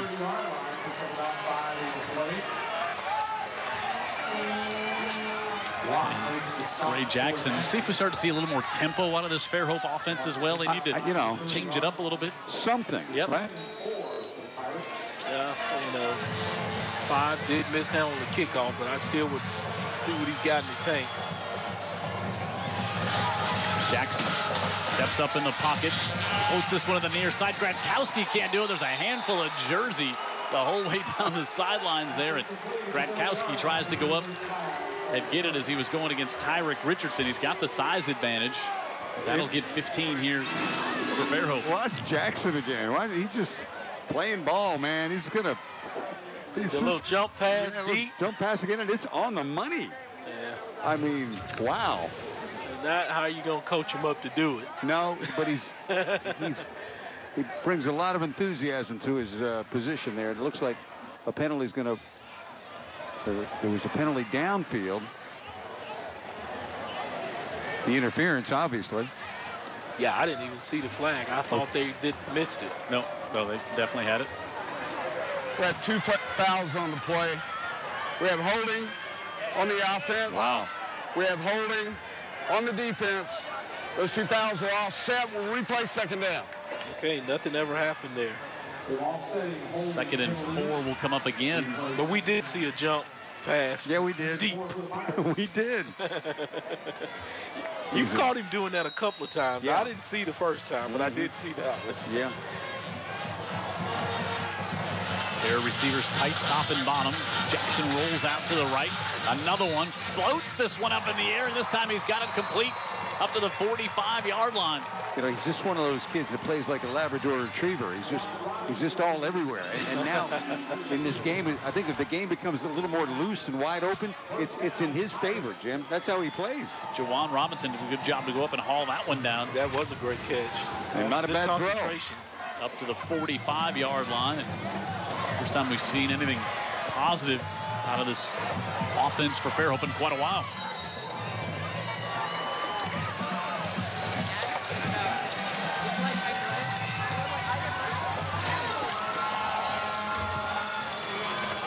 Jackson gives it off to Kirksey, and Kirksey pushes ahead to the 40. Looked like he was going to be stood up for no gain there, and ends up picking up 5 on the play. Great play selection there. Coaching up here from the booth, thought they should have ran the ball. He hands it off. We'll see what this big hoss has got in him. He's still got some fight in him. That was all Kirksey on that one. It was. That last 5 yards. You got to keep the defense honest and not let them just pin their ears back and come after you on the pass. 2nd and 5. Jackson pitches it to Kirksey, and Kirksey is pulled down by a jersey, and he'll lose one on the play as Broadus had him there. It's another guy that's played a really good game and played well last week. Yep, sure Again, did. it's 2 weeks in a row. This Daphne defense has been outstanding. 3rd and 6 from the 41. Robinson lines up in the slot. Gratkowski down to the bottom of the screen. Jackson wants to keep. He's got a hold on the left side, and Gray Jackson's got the first down at the 31-yard line. Now it looks like they're stringing together a sequence here where they got the defense guessing a bit and then come here and sneak the quarterback out the back door. He's got enough speed to do this. He's a legit probably sub 4.6 guy, according to coaches. 4.5, yeah. Legitimate 4.5 in the 40. Got good straight ahead speed. Good enough speed. Jackson pulls it down again. Huge hole in the middle of the field. Waits to set up a block. Turns the corner. Touchdown, Pirates. There you go, Dan. All the way, I think he just took a look at his first option and said, nope, I'm not going to be careless with the football. I'm just going to run it here along this green grass and get this cannon to fire off. 30 yards for Gray Jackson. We're waiting for something to happen for the Fairhope offense, and it happened, and it was Gray Jackson that whole drive. Hayden Terrell comes on for the point after to make it 22-14. Good run-pass mixture in that drive, too. And he's got it. And so Fairhope back within a score. 2:23 left here in the third quarter. Gray Jackson leads his team down the field, and this one for 30 yards and a score.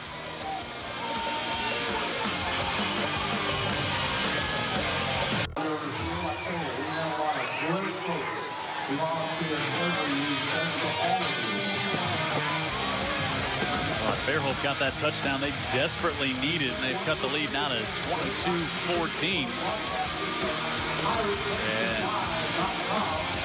Terrell will kick off. That one started with that disastrous kickoff, which Kirksey had trouble with it. They go 91 yards, I believe. I'll tell you what, that score ignited this Fairhope crowd, too. Gives them something to cheer about. Cheerleaders breaking out the footballs and T-shirts. I bet they're not throwing out any triple X's that I could wear on the gym. Terrell, TJ Reed bats this one down with one hand, and he'll pick it up at the 6. Reed changes directions, and TJ Reed up to about the 24-yard line. And speaking of igniting things, let's toss it down to Ashley. You may hear a loud boom by watching this football game, and it is coming from the ship behind us. About 4 years ago, the Fairhope Boosters made the ship from scratch, but the cannon was actually donated to the school from the Civil War.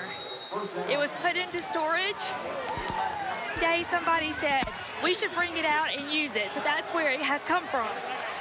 So every time Fairhope scores, you hear this cannon go off. That's what we've heard tonight. The home team wants to hear it a few more.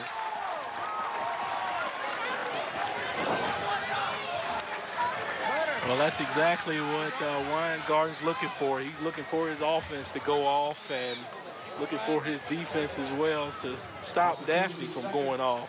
Oh, a 2-yard drop by that Daphne offense there, and so on the first down, so it's 2nd and 12.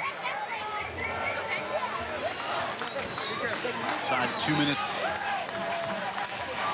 to go here in the third quarter. Winley gives it off to TJ Reed on the left side, and TJ Reed hurdles ahead, and he's going to be across the 30 to about the 32-yard line. It'll bring up 3rd and short for Daphne.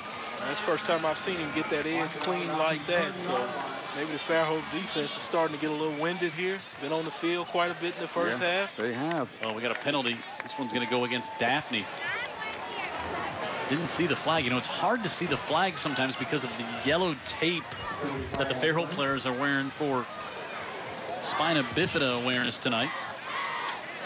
Yeah, I've thought that I've seen some flags too, but then again, the flag starts moving on his own, and then I say, no, it's not play, we had a bad formation on the offense. We're going to replay second down. Not only illegal, it was bad. Yeah. So they're going to get put in timeout. Now, does it cost you more than just 5 yards if it's both? Do you get 5 for each infraction? 2nd and 7. There's the tape we were talking about. Again, Spina bifida awareness here. Fairhope community students raised a bunch of money. Gave us some nice bands to wear here in the booth. Got our bracelets on. Mine's a little tighter than Jim and Dan's. Theirs fitting them pretty loosely. Yeah, but I could put mine around my bicep, Vic. That's the trade-off. And it's not a good one. 2nd and 17, and it's still loose. Winley, deep in his own end, looking to go down the sideline, hangs this one up in the air. It's tipped, picked off on the far side, up the sidelines. Turn it at the 30. Now inside the 20, down inside the 10, all the way into the end zone. Daniel Miller for the defensive touchdown for the Pirates. Yeah, talk about exciting this crowd, and that's what they were looking for, that Pirate ship to go off. And they did it with a defensive touchdown. You take a look at it here. This one kind of hangs in the air a bit. Now watch, it gets tipped up here. First time, that's Miller that winds up with it after Charlie Jones tips it. And then Jones looking like Kirksey on the run back. Yeah, and I'm telling you, that tip drill, you practice it over and over, all through practice. You do it at the beginning, you do it at the end. Right there where you see it pays dividends. 55 yards for Charlie Jones. All right, now, Vic, 1:04 to go in the 3rd. Miller with the interception. Jones was the one who tipped it. 22-20. Do you chase the 2 points right here? I'd just kick it just to be safe. You know, you don't want to lose the momentum that you've got. There's a chance of them stopping this 2-point conversion. I think I would just kick the conversion. What about Coach Dan? No, and so they send out Gray Jackson in the offense. I say you go for it here. You say go for it, yeah. okay. I mean, they'll spread it out. Kirksey still in the 3rd quarter. The wide splits by the offensive lineman here. Which means Kirksey in the middle. Nope. Jackson rolls out looking. Now he comes back to Kirksey, who can't hold on to it. So really, it really doesn't matter, because if you're down by 1 or 2, it really doesn't matter. Right. So you go for it there. I'd rather be tied. Yeah, so you get your chance. Than down 1. There, so you don't get it, but you're just. So what does this momentum do now? Now we were waiting for some sort of explosion, no pun intended, with that blasted cannon over there. Let's check. Did Ashley was standing right in front of the cannon? Did she move? Let's hope so. Before the Either that, interception? she's blown up at this point. Yeah. We need to go pick up the pieces. Ashley was not fodder, we hope. So we'll check in to make sure Ashley got out of the way of the cannon. But boy, it is turned on a dime here, Dan Brady. Big penalty that led to Daphne then with a long situation. 2nd and 17. And they leave it in the hands of the young quarterback. The pick was really not his fault per se, but it's one of those things where it gets tipped up in the air and it can happen. The big downfall was the fact that it gets returned for a touchdown. And now this Fairhope team is right back in it, and this side of the field is sky high, and it looks like an oil painting on the other side of the field in the stands where they're just kind of stunned. You know? It's funny how that No works. movement at all, Not much. So now we haven't seen Fairhope try an onside kick yet tonight. That's about the only thing we haven't seen. Is this, you got the momentum going right now? Don't push for more oddness. Okay. Instead, they'll send it to T.J. Reed at the 6. Reed now across the 25 out to the 30-yard line. And that's where Daphne will. That's a back just looking for daylight, isn't it? And it's just this T.J. Reed, Jim. They ask him to do so much, and he delivers. He delivers. I mean, you can do it, and then you give him a break here and there, but let him come back. We asked you this trivia question in the first half. The only coach to coach at Daphne and Fairhope? As the head coach. As the head coach, the only guy. The head coach, only one guy who's done it. Eddie Tyler. Oh, yeah. Great guy. 89 to 93 in Daphne, and then came to Fairhope. Elementary PE teacher for me. Really? Yes. You notice that there was a 3-year gap in between the 2 assignments. I don't think there's any way you go directly from the one school to the other, but Eddie Tyler. Unless you're Bill Oliver. Unless you're being Brother Bill. And if you want to know how good a defensive coach he was, ask him. Yes. I mean, but I can confirm he was a great I know he was. Coach. I know he was. And he knows he was. Yeah. Let's see if Daphne snaps it again here with play clock difference of about 2. I think Coach Vickery is going to be glad just to let it down, give TJ Reed a little breather, a little extra time here. Good thought. And that's what they will do is we'll start the 4th quarter.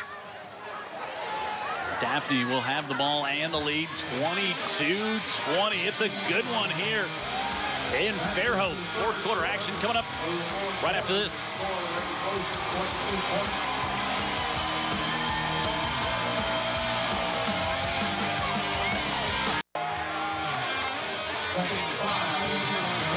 There we go, 12 to go. 22-20, Daphne with the lead and the ball, 2nd and 5. Sean McCullum up the middle, and he'll have a first down.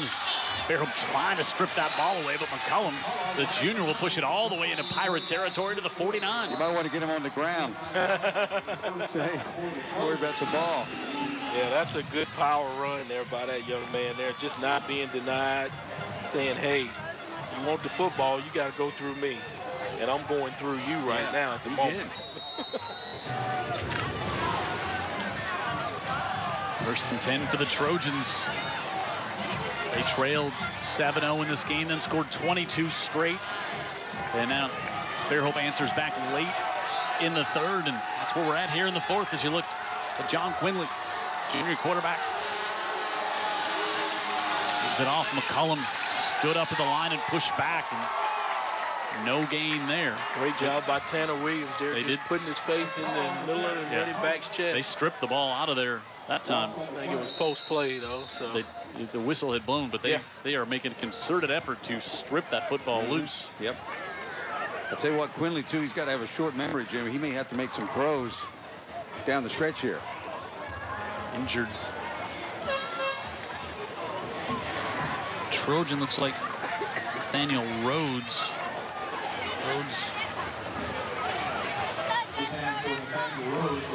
Slow toward the Daphne bench, and he'll be replaced. Robert Barr will come in to fill his spot.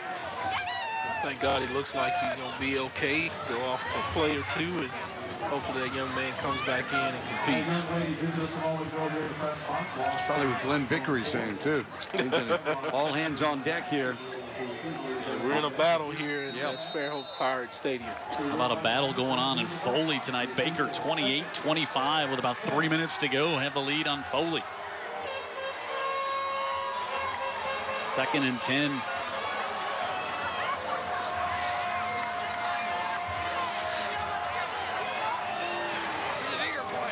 TJ Reed up the middle. And Reed trying to get to the outside and does to the 44. Boy, it looked like that was going to be no gain at all. Yeah, I mean, you just lose him amongst the kids out there. And all of a sudden, he's still chopping his feet and he spurts out of there. We lose him, they lose him. Everybody loses him. Yeah, he's one of those little guys that cuts the lights off and then cuts it back on, and he's in the other room. 3rd and 5.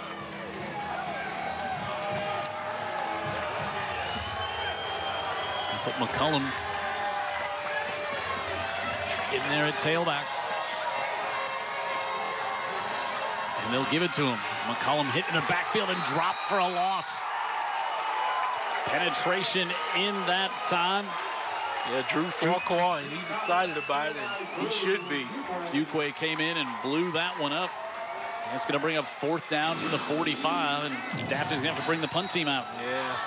He just finds the football and says, sit down right here. I want you to punt the football and give it to my offense. That's a good play by Fuqua there, just getting that penetration and tackling the ball carrier.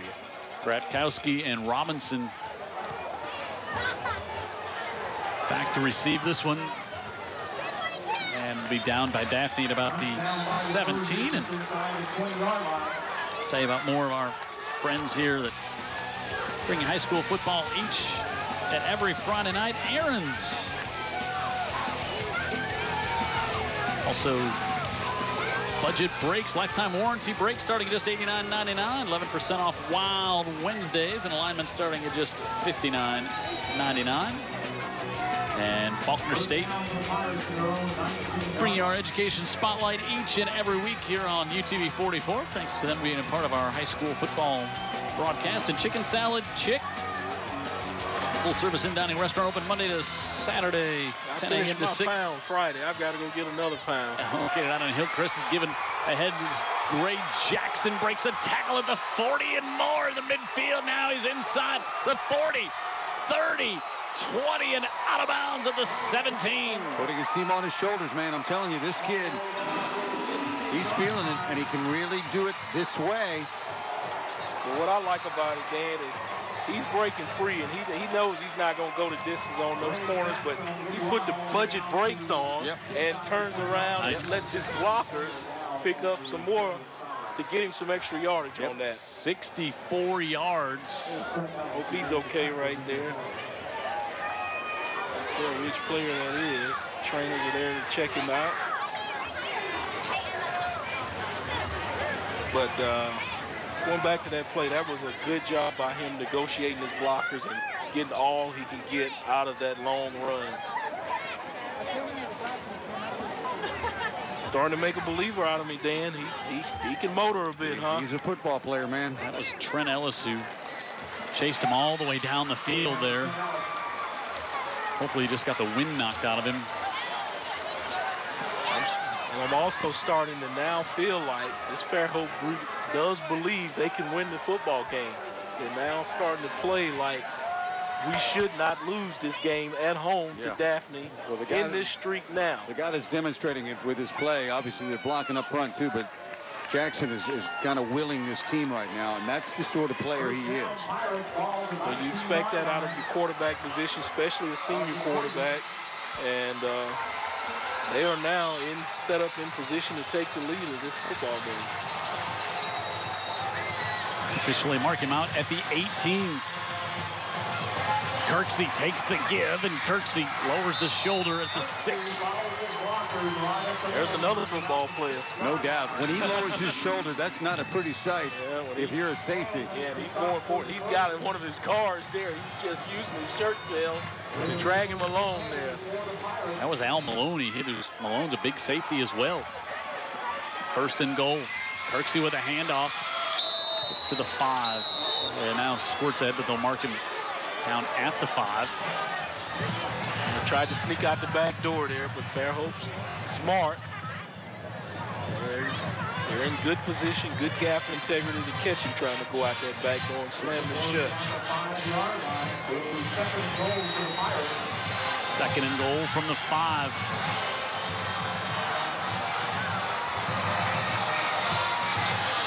Jackson, penetration, stays to the right and comes it down at the 6 for a loss of 1. You know, it shows his power that from a dead standstill, he was able to muster up enough power to get him back to near the line of scrimmage. Yeah, right. Sees nothing. Yeah, he's right there, just trying to be patient, letting his block start to develop, and if he could find the hole, he was going to shoot through it. Yeah. Logan Gilmore did a good job on that one for the Trojan defense. Now third and goal from the 6. Getting interesting. 4 down territory. If we got a field goal kicker. Winton Blunt comes in, and boy, Fairhope's going to take a timeout here. Oh boy. Assistant coach called a timeout. I saw that. And then I don't think Adam Weingarten wanted it. I saw that. Yeah, he was shocked. Kind of like our boy at the Jets, huh? Like who's in control of the sidelines. Yeah, wow. Weingarten's keeping his cool here right now, which he does a really good job of. He does. You know, his demeanor is always confident, not cocky. Yeah. We're in control. Yep. Okay, that happened. Okay, move to the next play. Right, right. And that's the demeanor you've got to have, and that way your players will have the same demeanor. Third and 6. A third and goal from the 6 coming up. But rest assured, Saturday they'll talk about that one. yeah, they'll have a discussion before Saturday. McGill Tulin with a win tonight, 35-19. Beat Bryant. Well, that'll be a good confidence builder there for The Yellow Jackets. Toros have now won 30 games in a row. Spanish Fort 41-7 over Baldwin County tonight. Wow, keep going without their quarterback. Yeah, with a new quarterback. Next week, we will see that 30-game winning streak in action, and they will be tested. See you in 8 Mile. Up in 8 Mile for the matchup between Blunt and Spanish Fort. They've been asking me when we're coming, and I told them Jim's got the chopper set to land out there next week. 3rd and goal from the 6. Jackson against the blitz, fires it out to Kirksey. Kirksey goes up and hurdles his way into the end zone. Great play selection. It was. Great play selection. Oh, looked like they shot a dolphin out there.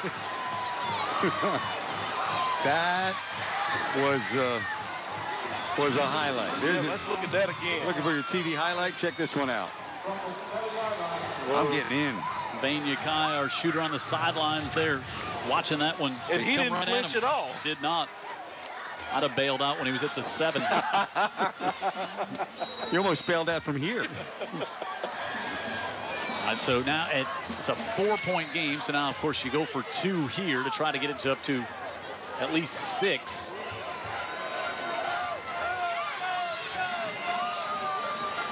Ray Jackson pitches it back. Kirksey trying to get to the far side, holds that ball out with one hand, and it gets brought down at the 5. So Fairhope on top for the first time in a long time since about 2 minutes into this game. Kirksey hurdles his team to the lead, 26-22, with lots of time left.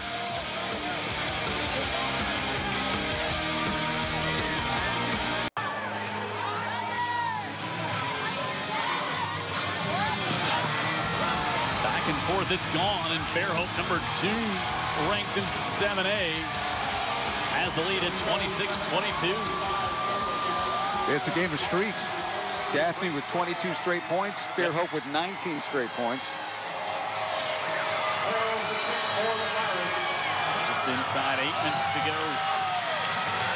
Terrell will kick for the Pirates. Got the Pirate crowd all excited now. They're into it now. Yes.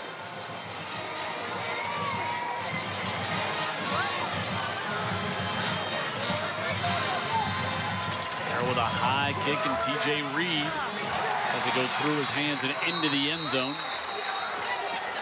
Daphne will come back out at the 20. Now Daphne needs to do something to kind of stem the momentum here a bit, because it's all Fairhope at the moment. Yeah, and if this thing comes down to a field goal, by the way, and it looks like they're going to have to score a touchdown, but if somehow it comes to the end of that, I've got a thought on that in just a moment. Scholastic Athlete brought to you by Mullinax Ford. Again, they're giving away a $5,000 scholarship to one of our Scholastic athletes throughout the season. This year, this week it's senior Rob Randolph, 3.40 GPA, plays football and baseball. He's going to go to South Alabama or Troy, wants to be an athletic trainer. Congratulations to that young man as McCullum on the right side. Boy, he is coming in and giving them some great ability to spell TJ Reed for a couple of minutes at a time. Yeah, I like how coach is using him. Tough runs, too. I mean, he's delivered, Vic. Yeah, he's using him right the way you should. You got your Halls TJ. Bring him in, let him get a few carries. Keep doing what you're doing. 12 carries, 48 yards from McCullum here this evening.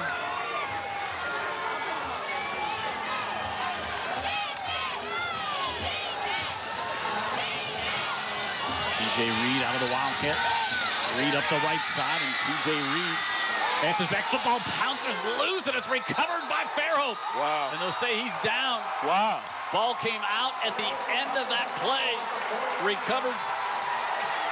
Yeah, I see by one ref Samuels. pointing Fairhope way, beanbags out. Yeah, it got knocked. It didn't hit the ground. I don't think it ever hit the ground. It got knocked out. And we talked about how Fairhope's been trying to strip that football away here in the second half. And they finally got one there, it looks like to me. He's carrying it high and tight. From behind. Right there, somebody just comes knocking out. I think it's Big 99 again. Yeah, Desmond Samuels had him off the hands of Keontae Mitchell there as well. And that was not how you change the momentum. So back-to-back turnovers That can change a game. Jackson trying to get to the outside. Gets away from Osborne, and Jackson to the 31-yard line. The first time tonight we've seen him get away from Osborne around that edge. Yeah, Osborne's done a pretty good job of protecting the edge all night long. He's been all over the field. He really has. This Daphne defense now going to have to come up with a stand here. Jackson gets 10 for the first down.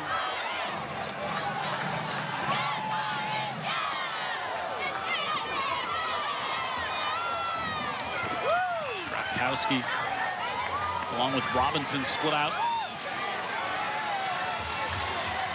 to the left. Kirksey with a high step in the backfield. Still on his feet, and Kirksey all the way down to the 16. Kirksey's feeling it now, Vic. Yes, he is. Yeah, he's got his mojo going now. He's prancing back there like a stallion right there, and then says, I'm going to put my foot in the ground, then I'm going to cut over here, and I'm going to hurdle you, and I'm going to give you a little bit of helmet.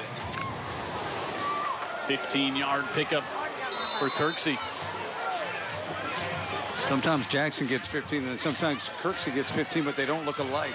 Their runs are not that similar. I tell you, Weingarten's got some weapons, don't he? Yeah, 17 carries for 71 yards for Kirksey. Got those big splits. Kirksey again right up the middle in a huge hole. He's still on his feet and tripped up at the 3. Yeah, those big wide splits tell me something's about to happen in the middle. In the middle. Right, it's either going to be Kirksey or quarterback draw. Fake to Kirksey, keep it for Jackson. Al Malone saved a touchdown here because I think Kirksey thought he was going into the end zone here. Yeah, he does a good job with those stiff arms, too. Approaching the halfway point of the third, and Fairhope, the fourth, Fairhope from the 3 here, first and goal. The lineup out of the I formation under center. Ray Jackson gives it to Winton Blunt, and Blunt pushes ahead. Blunt right up the middle. And he gets just outside the goal line. Blunt, who does a great job blocking for this team up front, trying to throw the blocker a little bone there. Yeah, just when you think Kirksey's going to get it out of that dotted eye, he gives it to the fullback on the belly play. Second and goal coming up from the 1. Ray Jackson, it's the first time we saw him in, not in fast motion this half. He's taking his time now with his clock running, Jim. There's no need to be in a big hurry. I was thinking about that. They stop him there, and you say, okay, that's great, but now you're second and goal from the 6-inch line. Yes. It's going to be another minute plus that is burned off the clock. Exactly. They'll put Blunt at tailback and Kirksey at the fullback position. And now before the snap.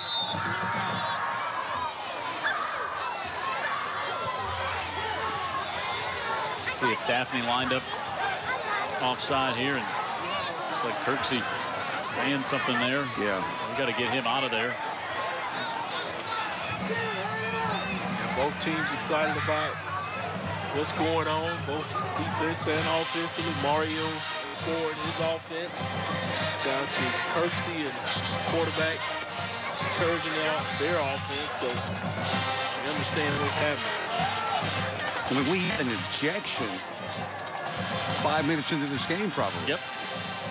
And probably even sooner than that. It was at 2:07 into the game. Fairhope scored, then Daphne got it, and it was right then on that first possession. Yeah. We've not had a preliminary indication here on the flag yet. Madness against Daphne. They're talking to the Fairhope captain. It's going to move the ball 3 inches. We have a dead ball.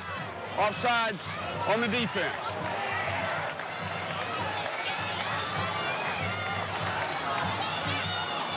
Daphne, I'm lining up, trying to cheat it as much as I can there on the pre-snap. Yep. You got nothing to lose. Yeah, right. Where the ball is spotted.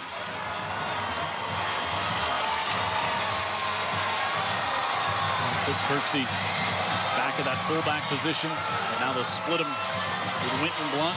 Jackson trying to go on the right side, falls forward. He's in for the touchdown.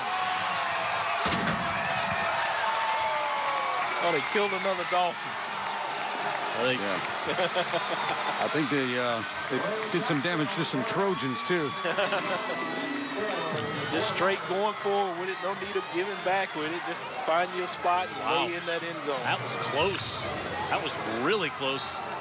Cleo Sanford thought they had stopped him. So that ball came down. Yeah, if it was the NFL, we would be on the further review. He's down there. He is down. Yeah, elbow not across the line. Football down. And no challenge flags on this level of football. And the PAT is good, and suddenly Fairhope on top by 11. Great shot by Jared on that last one. With 4:41 to go. Sanford had a point, right? Yeah. Pirates with the lead late.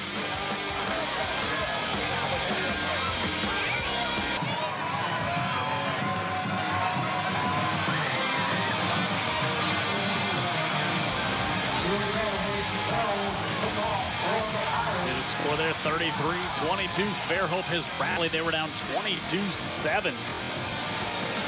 Scored 26 straight. They have taken the lead, trying to beat Daphne for the first time since 2009. You know, they won in 2009, 35-7. And in the second round of the playoffs, Daphne eliminated Fairhope from the postseason. They're really believing now. Short kick comes up to the 15. Graves, the sophomore, to the 35-yard line. Yeah, like I said, you know, Quinley might have to make some plays before this game's over. Now it looks like, in fact, he will. Yes. Yeah, they're going to put it in his hand and see what he can do to get him back into this football game. And it's plenty of time. You still can play your game a little bit. Got all three timeouts. Tailback, so. Daphne has all three timeouts, so. You know, there's always a chance T.J. Reed could go anywhere from any point on the field. Reed has not broken a long one here tonight. Quinley to the far side, dropped. Trey Graves couldn't hold on to that one. Doesn't really hurt. Actually helps. They would wouldn't have get a game much. Yeah. Would have picked up 3 and clock would have been running. Exactly.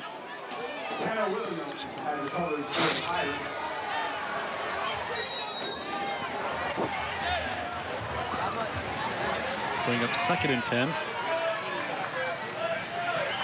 Hardest hit all night just happened here in the box. Glad we don't have a booth cam for that one. And I wasn't involved at all. No. You think I did something. Now the flea flicker back to Quinley. Wants to throw it, but nowhere to go, and it's brought down for a loss. 4 Fairhope defenders back there looking and laying for it. Right. How about that coaching by Coach Jake Todd? Watch this. So they give it to McCullum, flips it back to Quinley. Now Quinley wanted to go downfield, but nowhere to go. It was dark down there. All black shirts. Yes. Fuqua got him at the end.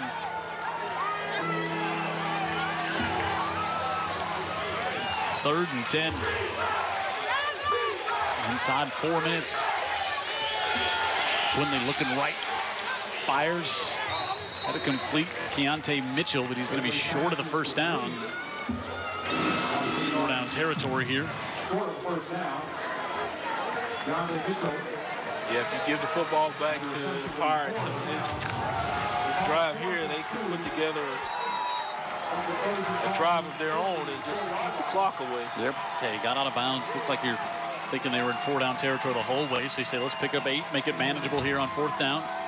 Bring in the heavy package. Yeah, got the big H back in there that we talked on the pregame show a few weeks back. So it looks like running the football, Jim. Tyler Dupree, and snap it back to T.J. Reed, and T.J. Reed's got the first down. And how about, we said he hadn't busted a big one? How about this one for the score? 57 yards.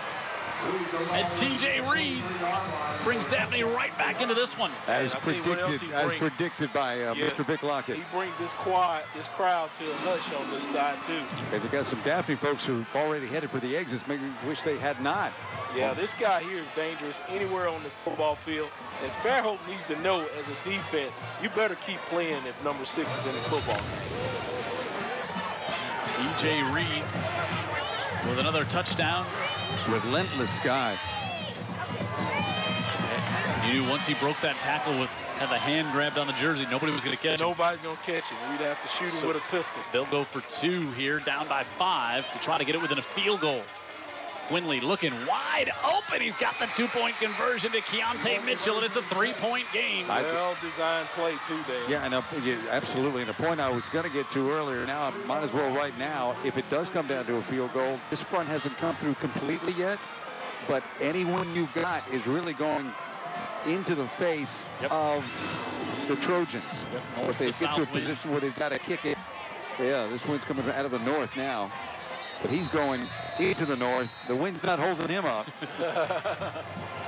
Gale Force would not have stopped him. And on the 2-point conversion there, Keontae Mitchell. Quinley with a nicely thrown ball there. To get it within Gale Force stuff around here. We still not out of hurricane season. Don't talk that up. So now, if you're Daphne, you got all 3 timeouts. Do you boom it deep and try to have your defense make a stop? Got to think you kick it deep here.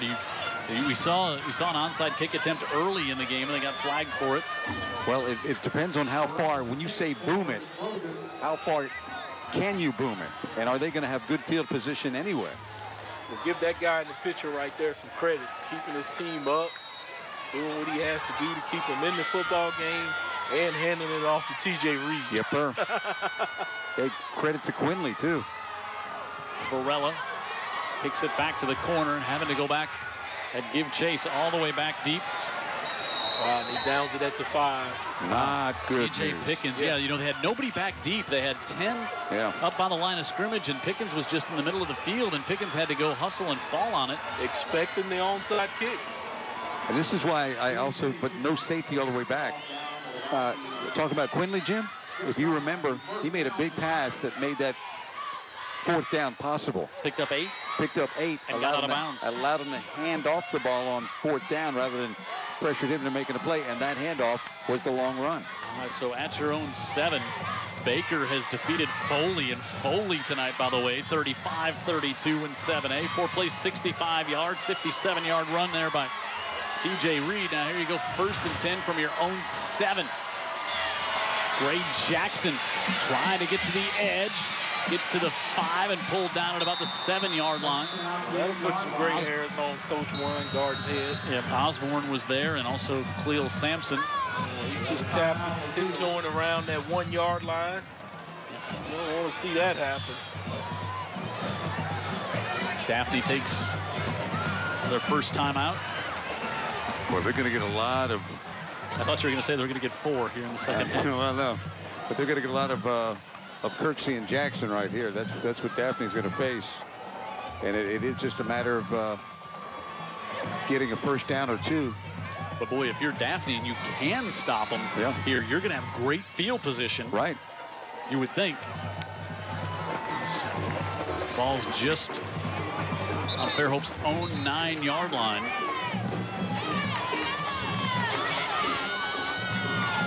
You know, just when they were beginning to celebrate completely here on the Fairhope side of things, and just as Daphne fans head were, for the exits. Yeah, they're on 98, making the long drive home. Yeah, right. Like, what do you have to leave for? It's only 4. Huey's on 98. 4 minutes away. They spread them out wide on the offensive line again, Vic. Expect some in the middle again. Kirksey takes it around the near side. Helmet comes off, and Kirksey up the near side has a 1st down and more. Steps out of bounds. It was Sanford who lost his helmet, but Kirksey's got the 1st down up around the 31. There's a lot to like about Kirksey. Yeah, he can play, brother. That's a football player. Walking a little gingerly into this one. Yeah, he uses that stiff arm very well. Man, he just had just another yard to work with there. He'll come out a little hobbled, and he goes over 100 yards here tonight. The last time he'll face Daphne in his high school career, and he'll always remember going out with a 100-yard game. And remember, these 2 teams not in the same classification anymore, can't meet in the playoffs. Right. See if we see a dose of that guy right there, Jackson. Mendoza's coming. The 40. Jackson has another first down. And Daphne, you see them trying to strip it away as he's up to the 47-yard line. You couldn't have, you could not have two more perfect players in a situation like this. Closers. Yeah, they were closers, man, with Jackson and Kirksey, and Jackson also has the presence of mind to stay away from the sideline. Jay Hughes in there trying to rip it free. Ray Jackson, 10 carries tonight, 154 yards and a touchdown. Tack on the face mask, Jim. 15 yards at the end of that one as well. Move it all the way down to the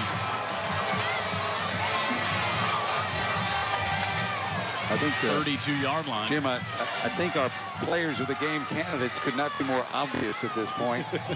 If you get a bit two from a winning squad, which appears like it certainly could be Fairhope. And of course, what TJ Reed has done again tonight for Daphne, he is just phenomenal.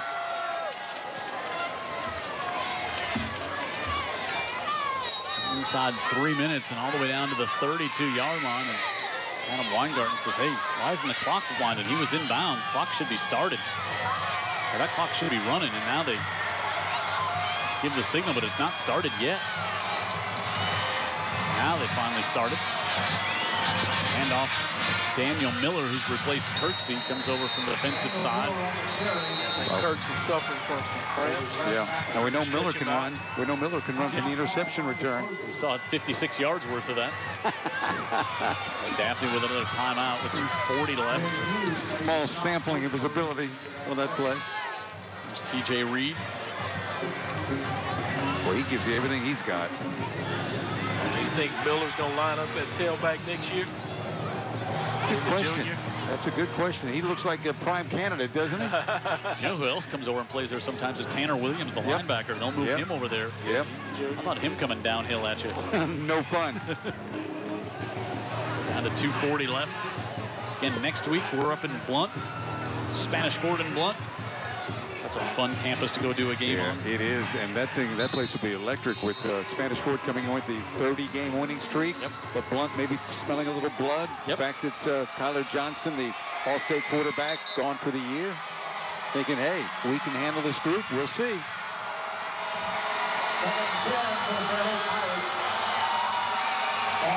Second and 10 from the 31. Can you say a big second down play? I would say they're all big right now.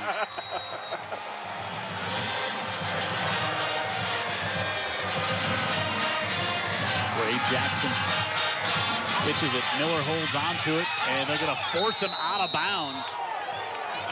Fairhope wanted a horse collar. You run to the short side of the field, and that's the danger if the defense gets there. It can force you out of bounds and stop the clock, and it saves Daphne a timeout. And you're doing it with the second string back who's not used to carrying it a lot. Yep, that probably had something to do with it. And we had the clock not starting when you were thinking it should have, Jim, and now you got the clock stopped officially because of the out-of-bounds run. Yep, which it should be stopped. Right. 3rd and 6. Bratkowski and Robinson. Receivers to the top, Sanford to the bottom. You would expect him to keep it in Jackson's hands. He's looking to throw. Pressure coming. Jackson wants to scramble. Jackson going to be hit on his feet. He's going to be close, but he's not going to have the first down. Wow. And now they're going to probably stop the clock to need to measure. I think they're just going to have, Daphne's going to have to take a timeout. It's not close enough to call for a measurement. Kirksey yanks off. He pulls the cape off and says, I'm coming out of the phone booth. Yeah, here he comes. So Daphne takes their last timeout with 2:20 left. Boy, there's a lot of time left here. Daphne gets the stop. 3-point game. But the reason we've got this drama is a guy named TJ Reed who needed 2 yards for a first down and instead got a lot more in a touchdown. Went 57 for the score.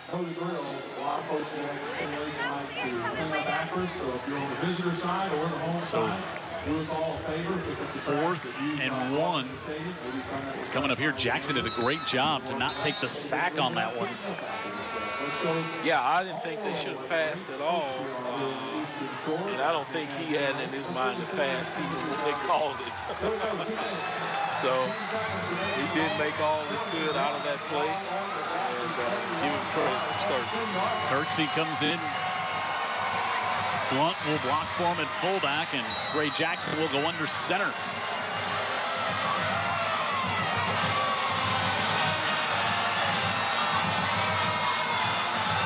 Jackson drops the fumble, or snap, and then pitches it off to Kirksey on the far side, and he's got the first down and more. Steps out of bounds. No, touchdown.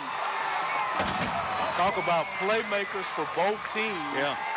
Wow. Making a play when it's big. Well, I'll tell you. It starts with the quarterback. And Kirksey, the fumble drew everybody in. Correct. And so now there's nothing on the outside. And when Kirksey does get it, you see everybody collapses because of the fumble. Yes. And now there's nobody back defending Kirksey on the edge. Kirksey had the vision to see it, but certainly started with Gray Jackson remaining calm. After a fumble. Yes, Wow. and grabbing the ball and pitching it out there quickly still turns to make the pitch. Yes. What a job. Terrell with the PAT is good, and it's now 40-30. Wow. Whoever ever thought this many points would have been in this football game. Well, especially midway through the third period, it was 22-7. Right. And the team that had 7 was Fairhope. Well, also, got to give kudos to Jared. He said these two backs were going to be factors going into this game. Yeah, they've been huge.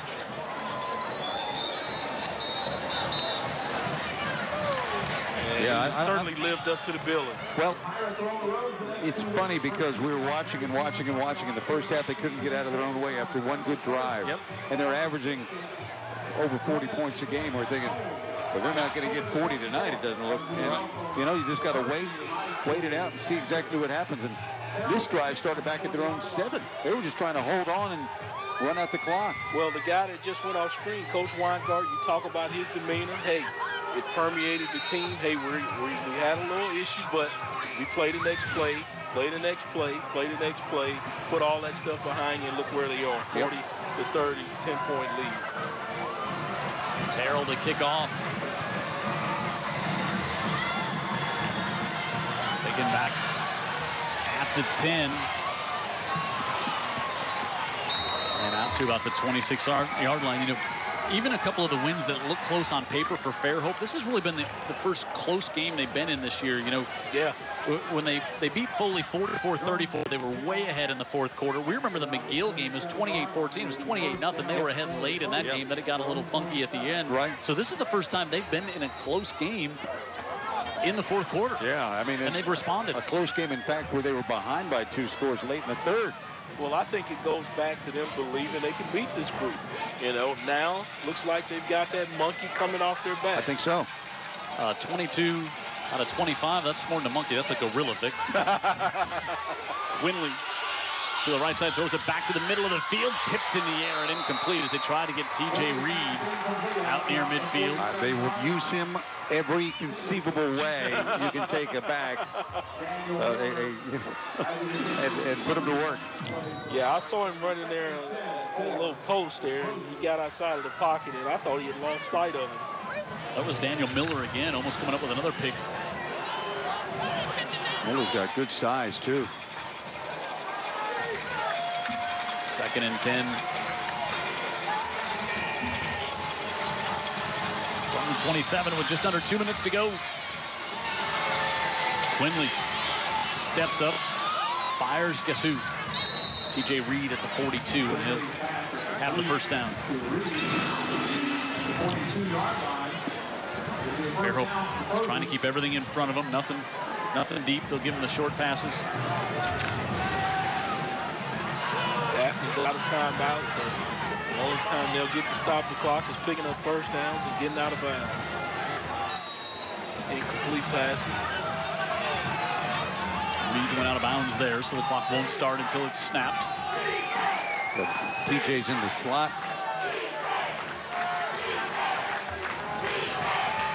Quinley back over the middle looking for Reed, and he's got it at the 40. How did he catch that ball? I was watching him. He kind of stumbled out of his break around halfway down the field, and then just got his head around in time, and then got hit from behind and caught the football. What a play. All of that, it made a spectacular catch. Yeah, and give it up to Quinley. That was another well-thrown ball. It was. I mean, he's got arm strength. And he'll have to use it here again. Pump fake now wants to go. He's going to be hit and dropped from the backside by Joshua Nash. Nash came all the way around the end to get him from the backside. Sort of ran out of time there on his pump fake. Speaking of time, that clock will roll now. You got everybody heading way downfield, so it takes them a while to get back to the line of scrimmage. That's right. Daphne decided to dirt the ball. Yeah, I think there was a whistle before they did it, though.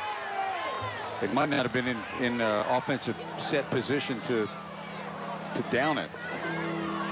1:10 left. 15 for emergency.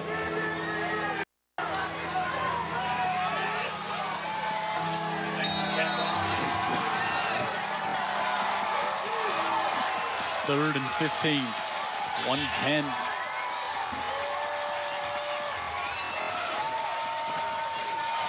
Left in this one. Quinley steps up, hit again just as he unloads, and that's incomplete. Boy, they just started to come get him now, Vic. Yeah, they're peeling their ears back and pinning their ears back and just going after the quarterback.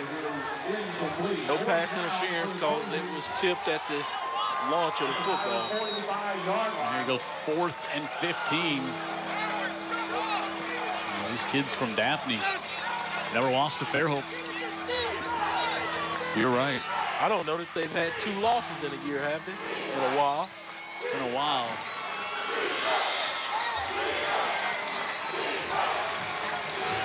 Quinley on 4th and 15. Pressure coming. Nash after him.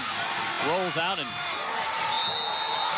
throws that one away. He ends the football game. I don't know if he was aware that it was 4th down. Yeah, he just throws it away and turns it over on downs. And speaking of downs, that's all Fairhope's going to have to do is just take a knee. Well, congratulations to that guy, Adam Weingarten. And he said to us before the game, well, they call it a big rivalry, but you got to win a few for it to be a rival. Right. And they've done their part tonight. Through some adversity as well. Oh, man. I mean, the first half, they were just, you know, a great drive to start the game. And after that, offensively, credit Daphne's defense, but that makes some mamas dance in the screen right there. They just never got it going in not only the first half, much of the third period, too. And that lead swelled to 14, I should say 22-7. Daphne leading. Jackson takes a knee. He'll have to take one more snap here. And first time Coach Weingarten has picked up a victory over Daphne. First time since 2009. And again, if you're just joining us, 22 out of 25 have been won by Daphne coming into this matchup here tonight. And if you're just joining us, you missed it. Yeah. It was the game of the week. You missed it. You missed about everything. Good, bad, and ugly. Don't look at the score and think it was lopsided. You missed it. I mean, Cox got a 15-yard penalty for hitting me. It just got wild. And I did not get my money's worth. I should have really earned it a little more. Well, I'll tell you what, hopefully Jared's got that on the booth camera. And we can put that out there on YouTube for all the fans that watch the on-field stuff. How about the booth action? Yeah, it was pretty intense. And here's a guy, I think Vic hit it on him. You know, the cannon even got the coach right there, but he's cool and confident without being cocky. But you know the guy feels like he knows what he's doing. His team's going to be good. His team's going to win. Yep, and 6-0, ranked number 2 in the state in 7A. Daphne with 3 heartbreaking losses. Saraland, Murphy, and Fairhope. All good teams, right? 2 in a row. Last week by lost to Murphy by 1, and then tonight here by 10 at the hands of Fairhope. Big win for those young men from Fairhope. I was talking to a friend of mine who's a dentist from Fairhope. Doug Harrell was watching the game here tonight, and he's been seeing the Fairhope players come through all season long, and he was just saying, you've got to get Daphne. You've got to get Daphne. So it's not just the schools, you know, it's everybody in the community. We talked about it, how big a rivalry it is. And so the dentist is happy this evening. Yeah. However, the Dolphin appears not so much. Dolphins had a rough night. Well, I tell you, I love to see the sportsmanship by both teams and seeing good game in each other. And We'll see it later, and we beat you this year. Let's go down to Ashley. She's got the victorious head coach. Coach Weingarten, congratulations on the win tonight. It's been since 2009 you've defeated Daphne. Take me through this big win. I tell you what, Lord Jesus has blessed us and has blessed me with just an unbelievable opportunity to work with these kids. I thank you for putting me here. And these kids have been a true blessing to work with. And you know, we knew that they're going to overcome a few things, especially a game like this. And I really don't know what to say. I'm just really, really proud of them. I don't know what to say. Well, one of those kids, number 5, Dave Kirksey, what an outstanding player he is. What does he give to your team? Well, Dave is definitely explosive, and he can score the ball. And he really played good in the second half. The whole team did, and it took the whole team. And I couldn't be prouder of them. Well, congratulations on the win. Thank you. Thank you. I think that says a lot about. I mean, Coach Weingarten. He's a little emotional right now and a little bit lost for words. Yeah. And rarely do you have coaches being lost for words. You know, they could talk on and on about victories, talk on and on about overcoming victory. I mean, losses. And this time, he was emotional about that, and he gave praise to the one and the most important thing in all. That's Lord Jesus Christ. I like that. Another thing, Jim, is he masked all week long about how big this game is. Right. I think we saw, like you picked up on, after the game, his relief told you everything about this rivalry. Yeah, I think sometimes, you know, there's expectations very high in Fairhope. A lot of people saying, okay, this is a team that's going to make a run in 7-8. This might be a game they look back on later on in the year. Really is I want to say a turning point because they're undefeated, but really a game that's going to pay a lot of dividends for them. Yeah, it's besides being a turning point, this is a foundation. This is now saying, hey, we really have got the monkey off our back. If we beat Daphne. Now there's nobody else out there. Yeah, they won't play him again either. As we as we said, our player of the game nominations here this evening. Boy, it was for Daphne. You know, a guy who it's almost every time they take the field, you know, he's going to be a guy they make this that you put up for player of the game. TJ Reed. I mean, what else could he have done tonight? 27 carries, 189 yards, 3 touchdowns, and then on the other side, Kirksey. What a night.